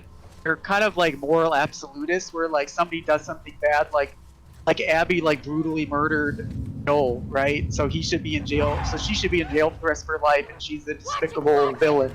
And they just can't, like, I don't know, ethically or psychologically, like empathize with Abby or Ellie throughout the game. And then, from their perspective, they're just playing two villains. Agreed. You know what I mean? Yeah. They just think it's a terrible game. Well, not to step too much guess. on Neil deGrasse Tyson, but I think it's come out that he's sexually assaulted a lot of people. So it's one thing. I don't know about that. Yeah, I've never heard of it. No. I was thinking about. But I know what you're saying. I know what you're saying. But I'm saying like there is a reason some people have perspective of different people is because they have done bad things and they're not forgivable. So if you see, especially for a victim of Neil deGrasse Tyson, to see him on a platform, they probably don't want that because he took advantage of them and he doesn't want. They don't want him to have the limelight. I didn't know about that. Right, and I'm not about, like, right. Let me give you the example I'm thinking of with Neil deGrasse Tyson. Overall, people loved. I mean, I think people still like him. I really haven't heard of what he's talking about, so I'll have to look it up. But generally, people really liked him. And then there was one point where he said, because he's like an advocate for science, kind of, where he like I think he's like a spokesperson for NASA, and he tries to get people excited about science. So one time, so he's supposed to be like this authority in science. So one time he said something that wasn't true. So it wasn't. It was like, I don't know. I guess it wasn't true. Like he said it like it was a fact, and then it turned out not to be true. Hey, if you live And then he's like supposed to be this fraud because he said one thing or Right. something. And then for like a couple months after, anytime someone would say something positive about Neil deGrasse Tyson, they'd be like, "This is the person who said this about Yeah. space or something," which is obviously not true. And it's like he like misspoke one time. Yeah. So by the way, I agree with you. I mean, if they do, you know, like if it's Bill Cosby and it's sexual assault, obviously I get it. But I know what Luke's saying. I've always joked like you don't want Reddit to like you because what happens is they like idolize them and they're like on the front page, like Jennifer Lawrence. It happened to her, and they'll be on there like every single day and literally like stupid stuff. Like it's happened to Keanu Reeves, so I feel bad at some point. And then something will happen where like they yell at one fan because they're having a bad day, like something very human that's not like unforgivable, right? Right. And then all of a sudden Reddit like flames them and hates them and like boycotts everything. So I do think that they think that way. Now obviously in Last of Us they are literally doing unforgivable things, but also like the context of the world, you know, that they're in, first of all, is very different. You know, like people have to do those things to survive. And then the second part of it is that if you understand that the act is unforgivable, but in that case, but you can very much empathize with why, because someone did that unforgivable act to you. And if you think like there's no justice system, so in a traditional world, like that person who did that unforgivable act might have went on death row and be killed. So in this world, you make your own justice. You know, so you can empathize why would they do that, and why would it maybe not, like for example, you might say like, well, they should let the police, you know, like in our world we punish people who do something wrong. That's what she's doing, and there's a lot of gray in terms of what is an acceptable punishment. Obviously different cultures and over time have changed what that is, and it's different from what it is today. But it's not like there was an option for Ellie to just let law enforcement take care of it, Right. you know, and that's a whole nother story which David Like psychologically too, like if you grow up in a situation, like she grew up in this world where she's like, I mean, even zombies killing zombies is gonna feel violent because they're like, they were human and they kind of feel human and stuff like that. And then she's been in situations where she's had to kill a lot of people. So violence as like an option is something that's like not that hard to go to. Like for me, it would be this huge traumatic thing to like do something violent towards somebody because I've never had to do anything like that. But if you grow up in that world, it's like easier to slip into that as an option. Yeah. You know what I mean? So I feel like it's more understandable. And I think they even tried to show that because like Ellie wasn't always that way, and even Joel wasn't always that way. You know what I'm saying? But it was the context that changed them, and it seems like in that particular world it changed everybody. But I agree, like if you look at it through very black and white eyes, you know, without understanding all the context, that I think that they painfully tried to spell out, then you could be frustrated with it. But I suspect that a lot of people feel that way, may have not actually played the game and just I agree. I think a watched lot of something. it might Yeah. type stuff.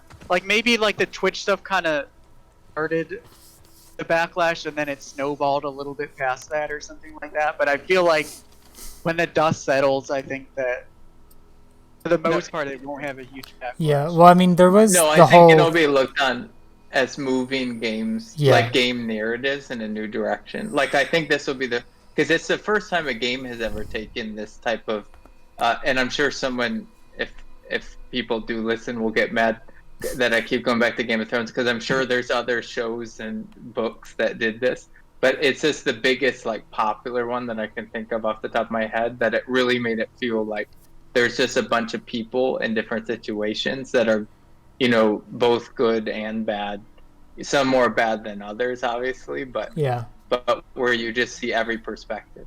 I think I think the last few seasons of Game of Thrones took that away, but Yeah. generally that was the approach of the book. Well, I think there's this idea that even before Last of Us, I think it was a couple months ago, and I kind of stayed ignorant on this, one, because it didn't matter, I was going to play the game anyway, and two, if they were true, I didn't want it spoiled for me.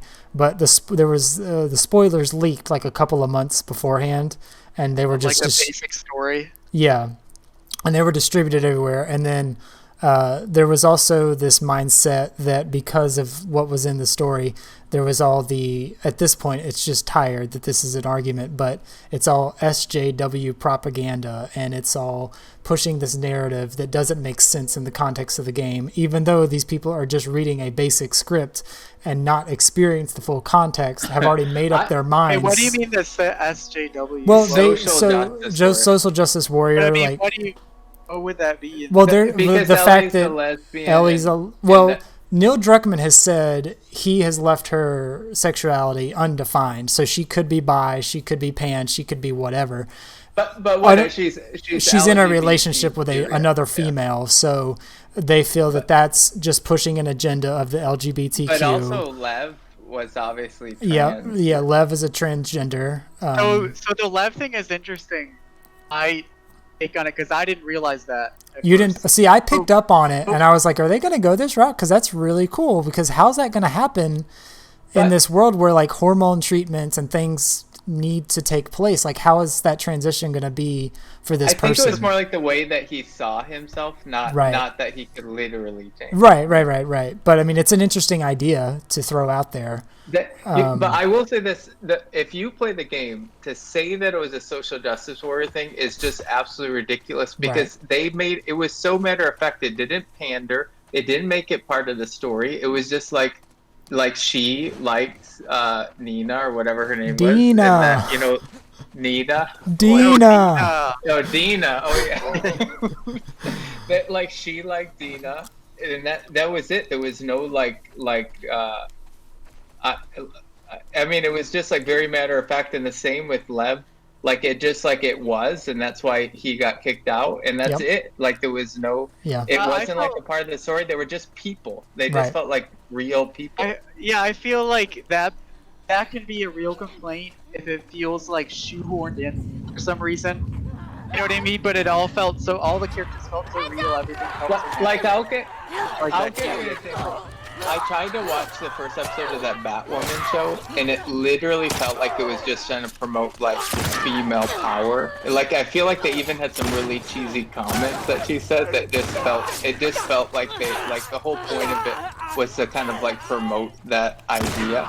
Not that there's anything wrong with it, but it just felt very kind of preachy / cheesy.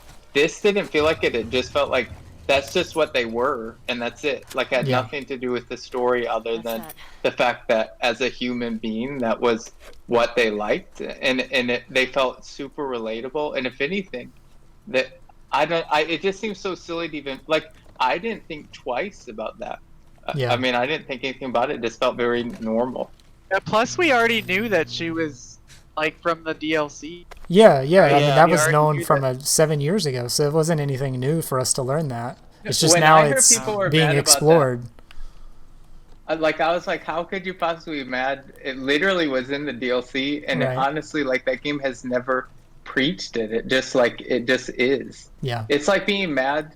I feel like being mad about that. If you think about your life, Curtis, it's not it's in our lives people are preaching and singing about you being gay. It just literally you are, and that's what it is. No one thinks about it beyond that, and I feel like that's the way that the game handled it. Yeah, I mean, it's a vocal minority of those people that are saying it's SJW nonsense, blah blah blah. It's just pandering, but it's not, obviously, because we've all played the game. We see. I mean, Luke kind of the whole transgender thing just sort of went over his head, because if they had really hit the hammer on the head, then it would have been pandering. It would have been way too much. But they were very subtle about the relationships of every character in this game. So in the end, I thought that, what is his name, Liv or Lev? Lev. I thought his was more or her, whatever. I thought it was more like a Mulan type thing. right? I don't know if he thought of it in terms of like No, transgender, he but was he was just definitely trans. Because when they used his dead name, he got upset because they would do Yeah, that because during remember his name? What it was like a girl. A Lily. clear Lily flo- was his like a Lily flower. was his birth name, but he started going by Lev. Oh. And there was a Yeah. there's a moment where when you're first with Abby, the one like all the Seraphites are going like, we're gonna get you, Lily, and after the fight, Abby's like, who's Lily? And like Lev gets a little bit like down, and he's like, Okay. that was But- my old name. But think what I thought was really interesting is it wasn't like they stopped and like had a conversation Exactly. about how that's okay or something. Like I feel like Abby reacted pretty normal about it. I mean, obviously, like his sexuality has so little bearing on them trying to survive. Like Right. there's no reason to have a conversation about it other than curiosity. Mhm. And then also, it's a legitimate reason why he may be kicked out of this cult. You know what I'm saying? Like if you think about it, the type of people that Abby would have ran into would be exactly people like that type of situation. So it didn't feel unrealistic. In fact, it felt like relevant. You know what I'm saying? Yeah, no, I agree. I think they did a good job of not bringing it to the forefront because it should be a world where the sexuality doesn't matter. And I think they did a good job with Abby. Is she never questioned it. She never asked to hear his story. She just accepted it. He's like, this is who I am. And she's like, okay. She never called him by his dead name. She never mistakenly called him her. She treated him exactly as he wanted to be treated. And there was no issue with that. And I think that's great representation. Is it's not pandering, Also, it's like- not over the head. It's just here it is. These are characters. These are people. This is how they need to be treated. End of story. Like that's it.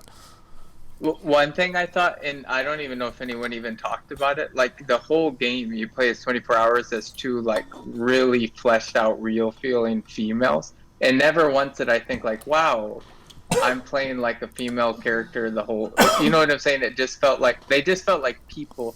It wasn't like, like Tomb Raider, where when it first came out, it's like a sexy girl and totally obvious that you're playing a girl, and they try to take every minute of the game to remind you that you're playing a girl. You know what I'm saying? Like it just felt very real and not pandering at all. Yeah, no, I think that's good character. Is those small things like your sexuality, your skin color don't matter. They shouldn't be a focal point. They shouldn't be anything more to their character than just what's on the surface. Like if you want a game that explores that, obviously there are people that create those games and go more into detail, but this isn't the game that is going to explore those, but they will represent them and say, yes, people that aren't just straight white men exist in this world and they have a voice and we're going to share it. That's it. And Yeah. if you have a problem with that, then go the fuck away. And you shouldn't want to be playing this game. I don't want you in this audience anyway, so go fuck off. But also clearly that backlash from the spoilers being leaked and all these people upset didn't affect because it became the best-selling PS4 exclusive game of all time. So all of those people complaining probably still bought the game. So You know what's so dumb about it? The fact that she's a lesbian, they're calling social justice warrior or bi or whatever, right? Right. But it's so stupid. Like if she was straight, no one would say anything that is agenda. Like there literally are, I'm sure, lesbian people in the world. Why can't she just be whatever? Right. It didn't feel like they're pushing an agenda. It just thought, like, why can't there be lesbian video game characters? Like, why does it have to be a because like political the or main social for the last 20 years, not so much the last few years, but for the bulk of the last 20 years, the main demographic buying video games were straight white males. So a lot of games are in that demographic feature straight white males. So when you start getting diversity, people feel attacked for whatever reason because there's not a million other video games out there for them to play. So you're taking one more video game away from them because they can't relate to a lesbian female. I need a straight another white thing male. is like Yeah. the previous But you game, could the main relate to character her. was a straight white male. So it's not like he's just has it out for. 'Cause sometimes people are like so hard on the diversity that it feels like they hate straight white males or something. But the previous game was the whole game was the straight white male, so Right. obviously he's not like trying to hate on any particular Yeah. demographic or something. And there's a fantastic moment in the Last of Us 2 where they have the conversation where Joel asks her, "I saw you with Dina. Are you guys girlfriends?" And obviously Ellie's still figuring out. She doesn't know. And so she's like, I don't know. It's still too early to tell. And he's like, well, I'm here to talk if you need. Like, and it's just, that's, in a video game world, people are getting better treatment than they do in the real world. And it's just like, it's insane. There were some like really touchy moments. I thought like when they were at the museum. I mean, it really made it hit hard Oh my even God. more. Like, Yeah. during That the museum moment flashback. is fantastic. It's so But good. one I thought was pretty funny when like he thought that she liked that one guy. Jesse. I forget his name. Yeah, Jesse. And she's like, I don't know. And he's like, no, I got a sense about these things. Yeah. And it was just kind of funny. It just felt really real, like the Yeah. misunderstanding, and And- then like Because she's like under her figuring it breath, she's like, "You have no idea." It's such a good read of the character to like, she knows who she is, but she doesn't know how comfortable he is, and so it's like she doesn't want to say it because it's essentially her father figure. She doesn't want to lose her father figure, so it's like, it's a real thing. It's a lot of people don't know how to handle those situations. The parent and the child doesn't know how the person's going to react when they learn that. So I think there was a fantastic representation and allegory or metaphor or whatever of how people actually in the real world deal with that situation. Yeah, I thought they handled it really well and tastefully, and like it was really nuanced, and that like it felt so real. Like you just felt so connected to those characters. I mean, it's very well written. It felt like very and very well natural. acted. I mean, you can have the best script, but if you have shit actors, your story's going to be a mess. So it helps that you have like a fantastic cast and crew helping make this feel real.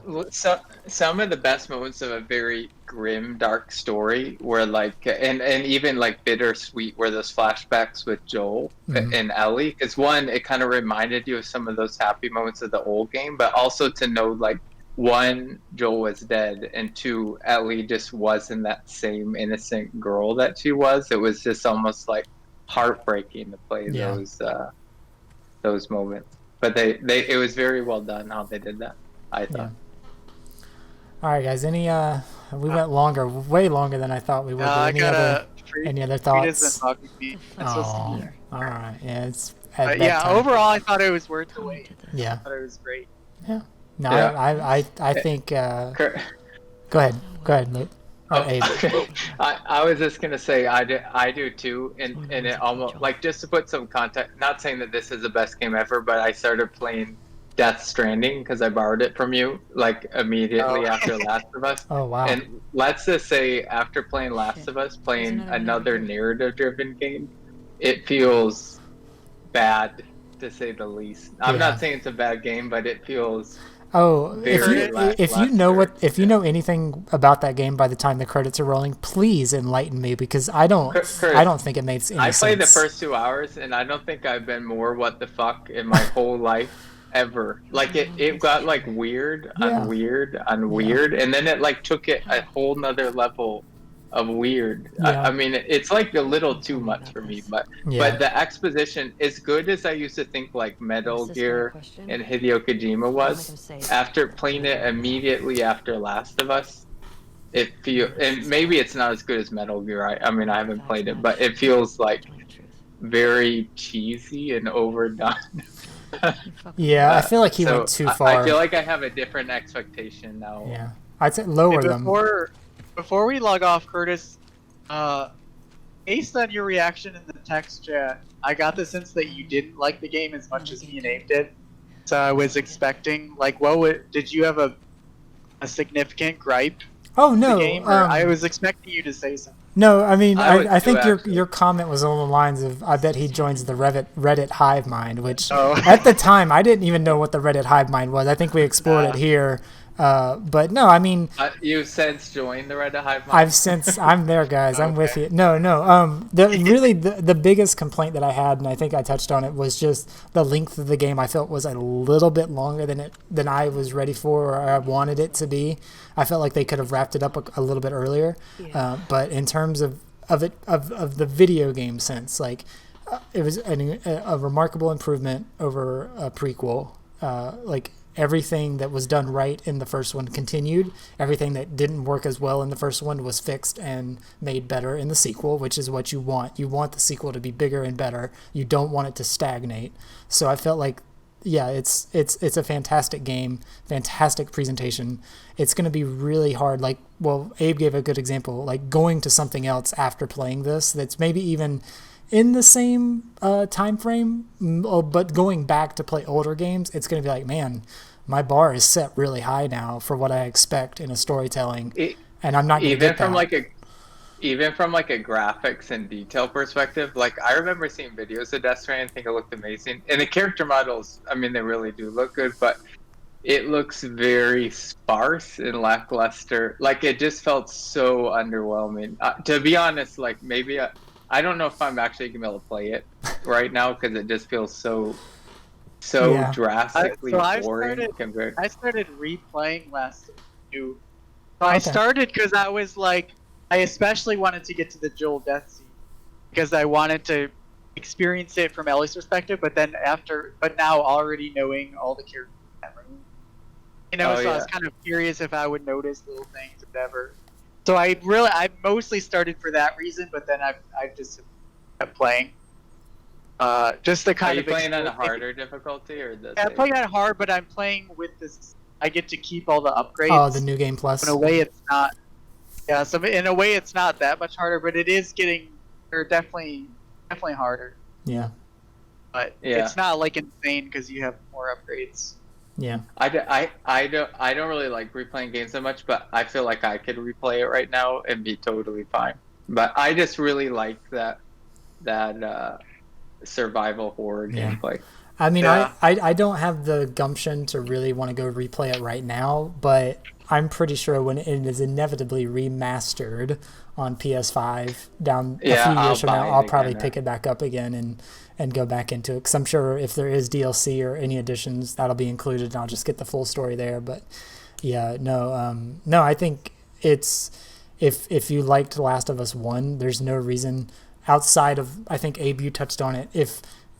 If maybe you feel like with the way the real world is right now and as dreary and perhaps depressing it is, this might not be a good game for someone in that mindset because it's not chipper, it's not happy, it's a dark game, and there's a lot of emotional and depressing things that happen throughout its average 20 to 30 hour span. So maybe you just won't be in the right mindset for this game, but ultimately it is still a video game, so there's tons of entertainment to be found. And I mean, I think one thing about the backlash is I feel like the first game was really brutal too. Like characters would just die off, and it was really brutal. But it kind of had the way with Ellie and Joel, how their relationship developed. It was almost kind of heartwarming. So I think that was like a driving force in the game. And so I feel like in this one there wasn't really a lot of heartwarming going on. So it kind of few and far between. Sort of. Yeah. But you're right. Like sometimes you're by yourself, so I could see some people like you didn't have any. You had very few breaks from the intensity, or if they were breaks, they were like light breaks. Like there just were no fights for a while. Yeah. you know what I'm saying? But there was no like heartwarming relationship. It was more about like a character falling apart, which is a harder story to stomach, I think. Yeah. So I can understand someone not being happy with that or not liking those type of stories. I think it's a fair criticism. But I don't think you can't see that coming. I think you should expect that from this game. Because, I mean, the first one was the same way. It was a little bit more lighthearted moments, but it still was a dreary landscape of a world of survival. This is definitely more darker and more mature themes or unseen themes, maybe unfamiliar themes than people are used to. But you shouldn't come into this game expecting sunshine and happiness, because you're not going to get that. And I don't think anyone is, but yeah. No, I'm but not- I know what you're saying. Like, I always thought, like, when I explained Last of Us to people, I would say it feels like a very realistic, like, intense, dreary game, but, like, the relationship between Ellie and Joel feels so real and so, like, heartwarming. In the middle of all this terrible stuff that's happening, you have this girl who's never even seen the world beforehand, and Joel kind of describing it like she was so naive in like a heartwarming way, and then Joel was obviously so bitter, and then reconnecting her like a daughter. It was a touching story, but there is no touching story No. in this There's one. It's no, like, all about hate and anger. Yeah, the first one had this like kind of optimism that was like Yeah. underneath all this like terrible rubble or whatever. And this one, yeah, it doesn't. Have that. Okay, last story element we'll touch on, and then we can wrap it up. And maybe I'm far off on this. The pregnancy storyline, did that work for you, or were you kind of like there's icing and the cherry on top, and now you've just added more icing and cherry on top? So did you think they were the well, as you say, Nina, but the Dina pregnancy? Did you think it was needed or necessary? In addition to everything else the story had been telling, was that a plot line that needed to be in the game? Or could you could have done without? I just accepted it as it was. It didn't stick out to me as like Yeah, I didn't really I think got much a place. about it. I don't know. Okay. It didn't like strike me as anything really. I mean, I felt like it didn't play like the only role it really played story wise is that Dina, she wasn't like with you anymore. Like Yeah. she had to like sit aside. But I didn't feel like, I don't know. It didn't seem like much of a driving. It was just like something that happened. Is No, the I way just that I took it. kind of took it at face value. I Yeah. didn't think of it as a I plot didn't think thing. much more into it either. Actually, Okay. that was kind of it. Like it didn't. What when you well- said like cherry on top? What did Well, you 'cause, mean like, by that? I guess like sure. in terms of the rest of the story, like everything else that had already gone down, now there's this subplot of one of the characters being pregnant, and it's like, So okay, there's well, it's not like birth control available like it was. So that's just gonna happen more. no, of course, absolutely. The first thing is abstinence. Abstinence is always the best. So practice abstinence, and you don't get Yeah. pregnant anyway. But I don't know. It's just like it seemed like an extra note that didn't need to be there, but it didn't disrupt the game, and it didn't destroy any story element or anything. But I was just like, I could have done like without this, and they could have had it been a reveal at the end that she was pregnant or something. You know what I mean? Like rather than like drop it in the middle of the story. But I just don't felt you like think it felt a didn't- little bit out of place, I think, but it wasn't It bad. didn't feel very like a big part of the story. Like, I mean, to me, it just seemed like she said she was, and then she couldn't. She was like sick and couldn't really be a part of it, and Ellie just left her. So Yeah. like, I never really thought about it. Like to me, it just seemed. I thought of it the same way as Luke. Like in the real world, stuff like that could happen, but in the real world, you know, like it doesn't always mean that you know, like in Ellie's case, she didn't like just stop everything and drop for it. She just kept going despite, and that Right. you know, just Which adds to her character, I- and that I- like she's still like her girlfriend is now pregnant and is going to be struggling, but I still have my I mission. I didn't still really have to think focus. much. To me, it was just like I mean, it was a good and bad thing that just happened to happen, and that was it. It didn't seem like they focused on it very much, so Yeah. I never really thought Yeah, about I it. can see like if half the game pregnant and they're like half their conversations are about the baby or something Yeah. like that. It's just, Or like, you have a central mission, you got to go out and plot get prenatal vitamins and things like Yeah. that. or something like that. I agree with David. I just Yeah. kind of took it at face value, and I was like, Cause like, or if they had you like take her all the way back home, then come all the way back out, like just to pad the game. Oh yeah, Or that would have been way something like worse. that, yeah. I would be super Yeah. annoyed, but it just kind of felt like it happened, and it was just matter of fact, like it was what it was, and they just continued. Like it didn't really seem to deter Yeah. Ellie too much, other than being annoyed. Well, I guess that's part of it. Is like it didn't deter anything, so then why have it there in the first place? If it's not going to create a new conflict or create anything, I thought it. then it's fleshed just it like that's what out I'm saying. because Like Yeah, that's fair. Like the relationship between Jesse and Ellie was kind of like there was some nuance and complications to that, and so that kind of added some like nuance to it because then then she knows like maybe Jesse's gonna have to be a part of her life. You know what I mean? So Yeah. there's some jealousy there, but they're friends too. You know what I mean? So like, I think there was some layers. But it also showed like how disconnected Ellie really was with her friend. Like for example, like they were there to support Ellie, and like they wanted to do the revenge, but ultimately the most important thing was that they stay together. Like because there's a couple things. Like one, obviously she was only annoyed that Dina was pregnant and wasn't really willing to do anything to help her. Right. And other than, I mean, if it was inconvenient. And then also, like, she wasn't going to go after Joel's brother, like when he was getting pinned down, when then the sniper thing. So, like, she clearly, I think the point was kind of like that she had, like, kind of jumped. She had went already to that place where she was just justifying, like not seeing things clearly. But I kind of see it also as like world building. That again, like it's just like everything that happens in a story doesn't have to affect it. You know what I'm saying? Like Right. sometimes things just happen, and I think it feels like it fleshes the world out a little bit. Not saying that they had to do that, but I think having things.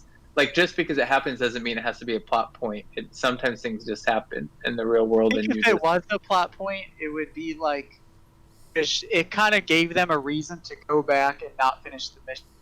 And so when she was going with Jesse, they were like, let's just get Tommy and go. That kind of gave a chance to show that she really had that she valued just her friends more than her obsession. Her mission was more. Yeah, her obsession was more important than her friends. Yeah. I think it kind of like. And you saw like Jesse, like even when he figured out, was really uncomfortable. He seemed like uncomfortable with the fact that she didn't seem to care. Yeah. That as much as she should anyway. Yeah. Yeah, but also it didn't seem like Dina made a big deal of it too, because I think she revealed like I'm pregnant, or I think I'm pregnant, and the next day Ellie's like continuing my mission. Like there was no conflict of like Dina saying you need to stay with me, I'm pregnant, I need you here beside me, I need you here with me. Like that could have been Dina, I feel like Dina saw it as like she messed up. You know what I'm saying? Like she didn't want it. She knew that Ellie was so dedicated. Like if Right. someone's like so obsessed with something, and if you say something they're gonna get mad and yell and stuff. I feel like she just like she didn't want to inconvenience Ellie. Like she felt like she messed it up. You know what I'm saying? Yeah, that was kind of the way that I saw it. And not that I don't think Ellie would have listened anyway at that point. Yeah, no, I mean I think you guys pretty much hit it on the head where it is she was so focused and driven on her mission that nothing was going to stop her, and that's a flaw to her character in that she is the person that she loves is, in a situation, and she's still not willing to give up her potential suicide mission to save her or help her. Or yeah, I mean, they proved it again, obviously, at the end when she went back to Santa Barbara, when you thought the game should end. Right. And then she basically gave up everything. That kind of like gut-wrenching conversation where Dina was like, if you leave, we're not going to do this. I can't do this again. And she was just like, well, that's your choice. And then just left. Yep. And it was like, wow, Ellie's just throwing this all away. Yep. Like a family, a kid, as The good best of a life. life Yeah. as you can get. Yeah. And gave that up. And then ultimately didn't even do it because it wasn't worth it. Right.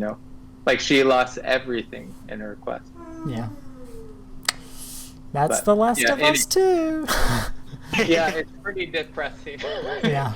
Ending, but I thought it was nice to see at least that she like worked. Like I mean, she pretty much lost everything, but at least she like worked. Like at the end of the day, she made the right choice, even if it was too late. I feel like by the very end of the game, she finally got to a point where she could start to move on and, you know what I mean, and start a redemption arc.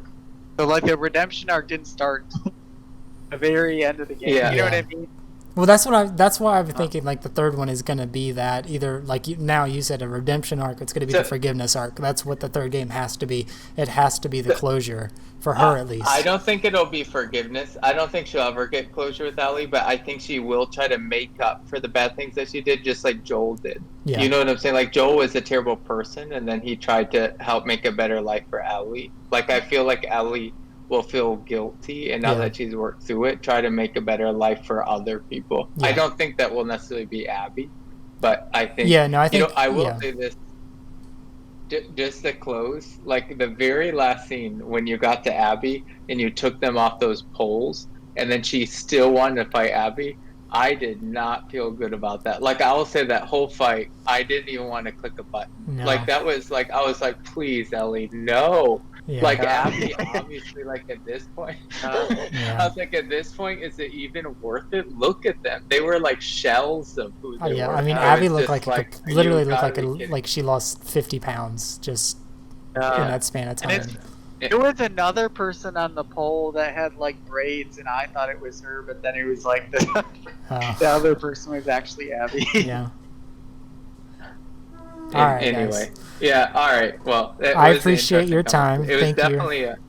Not like any story or game I've ever played. I think like so. I leading up to this, I was thinking this has to be the last PS4 game in terms of memorability of being memorable, because I mean the next big game we have is Ghost of Tsushima, and I don't know if you guys have been following that or are familiar with it, but that's due out now July. It's due out this month, and I just feel like it doesn't have the same hype or build as, I mean, definitely The Last of Us 2 has way more hype because it's a sequel and it's a more established property. It's an IP that we know, but I feel like The Last of Us will be the last big PS4 game we speak of before the PS5. About exclusive? Well, yeah. Right. Yeah, no, I'm saying more exclusive PS4. Like, it's the last big PS4 exclusive game. Sure. But that's what I'm saying. Like, Ghost of Tsushima comes out in 2 weeks. Or do you guys even really know what that is? But I don't think that's even... That's not even kind of comparable to Well, I mean, no, it's not. But I'm just saying, like, in terms of the same levels of like Zelda and stuff. You know what I'm saying? Like, I mean, I know it's not the same type of game at all, but like this game is huge. Like, the amount of talk and stuff that it does, you can't even. I feel like those type of games come out like once every like 3 years. I mean, this is like it's the type of game like Wall Street Journal reviewed it, and it was like on the front. It wasn't like the front page, but it was like on generally the front page of their website. You know what I mean? Yeah. So like they're not going to review a game and I just being honest with you, Curtis, I think that it's the type of game that will overshadow a lot. Like, we're not talking about like most memorable game for a year. It'll be one of the most memorable games of the whole generation. Yeah, without a doubt. Like, obviously, there's other good contenders too. I'm not, you know what I'm saying? Remember the first one about at the end of the cycle too. Right. Yeah. Like right before PS4. And I mean, obviously, we still talk about it, and it has its resonance. But I'm just saying, like, I feel like this is the last fantastic, great PlayStation 4 game that we're gonna have this gen. So. No, I agree, and I also what's Ghost of Tsushima is like the new what's that game that's really hard? No, see, I don't think it's like a Dark Souls like game. I think it's because it's the same Sucker Punch. It's the same Sly Cooper and Infamous team. So I think it's gonna be. I think it looks like it's a Dark Souls game, but I don't think it plays or is actually like a Dark Souls game. I think it's more narrative driven than those types of games. But that's the thing is that game is coming out in 2 weeks, and I don't think a lot of people really even know what it is, other than that they just know the name. No, I know. And it's like that's not how good. Could you even? Like think they of just all the had press that Last of Us have. Right. Well, that's the thing is like Ghost of Tsushima had like a big event, like a streaming event, like a couple of months back. Oh, hi puppy. I'm sorry, it'll be just a couple minutes, I promise. Like a big you're a good girl. One of those big Sony things, like we're gonna spend 30 minutes on a web stream talking about it, and that was 2 months ago, and I still don't even know what the game is, and it's not a good sign. Like I don't know, like I'll probably play it. I mean I'll give it a shot. I like Sucker Punch games. Are you guys excited for Grand Theft Auto 5 again? Of course not. It's so good. I actually, But if you buy a it's PS5 probably at launch, busted, you'll but get it for free. Like they're just giving that game I away. don't like Grand Theft. I don't really like those games. I That don't like much. those either. Alright, well, that's a discussion for another day. We've been Yeah. here for 2 hours. We'll let Frida go outside. Frida, go Alright. outside. All right. Alright. Curtis, do you have Bye. enough? Do you have enough gameplay to show in the background? We'll find. 2 Oh hours. yeah, I think we got plenty of gameplay. All right, guys. Well, thanks for joining me. We'll try and get up together again sometime and talk about other video game stuff if you guys are cool with that. All right. All right. We'll see. Toodles. All right. All right. Good night. Happy birthday. Username Thanks, bud. signing off. All right. Thanks, guys. See you around.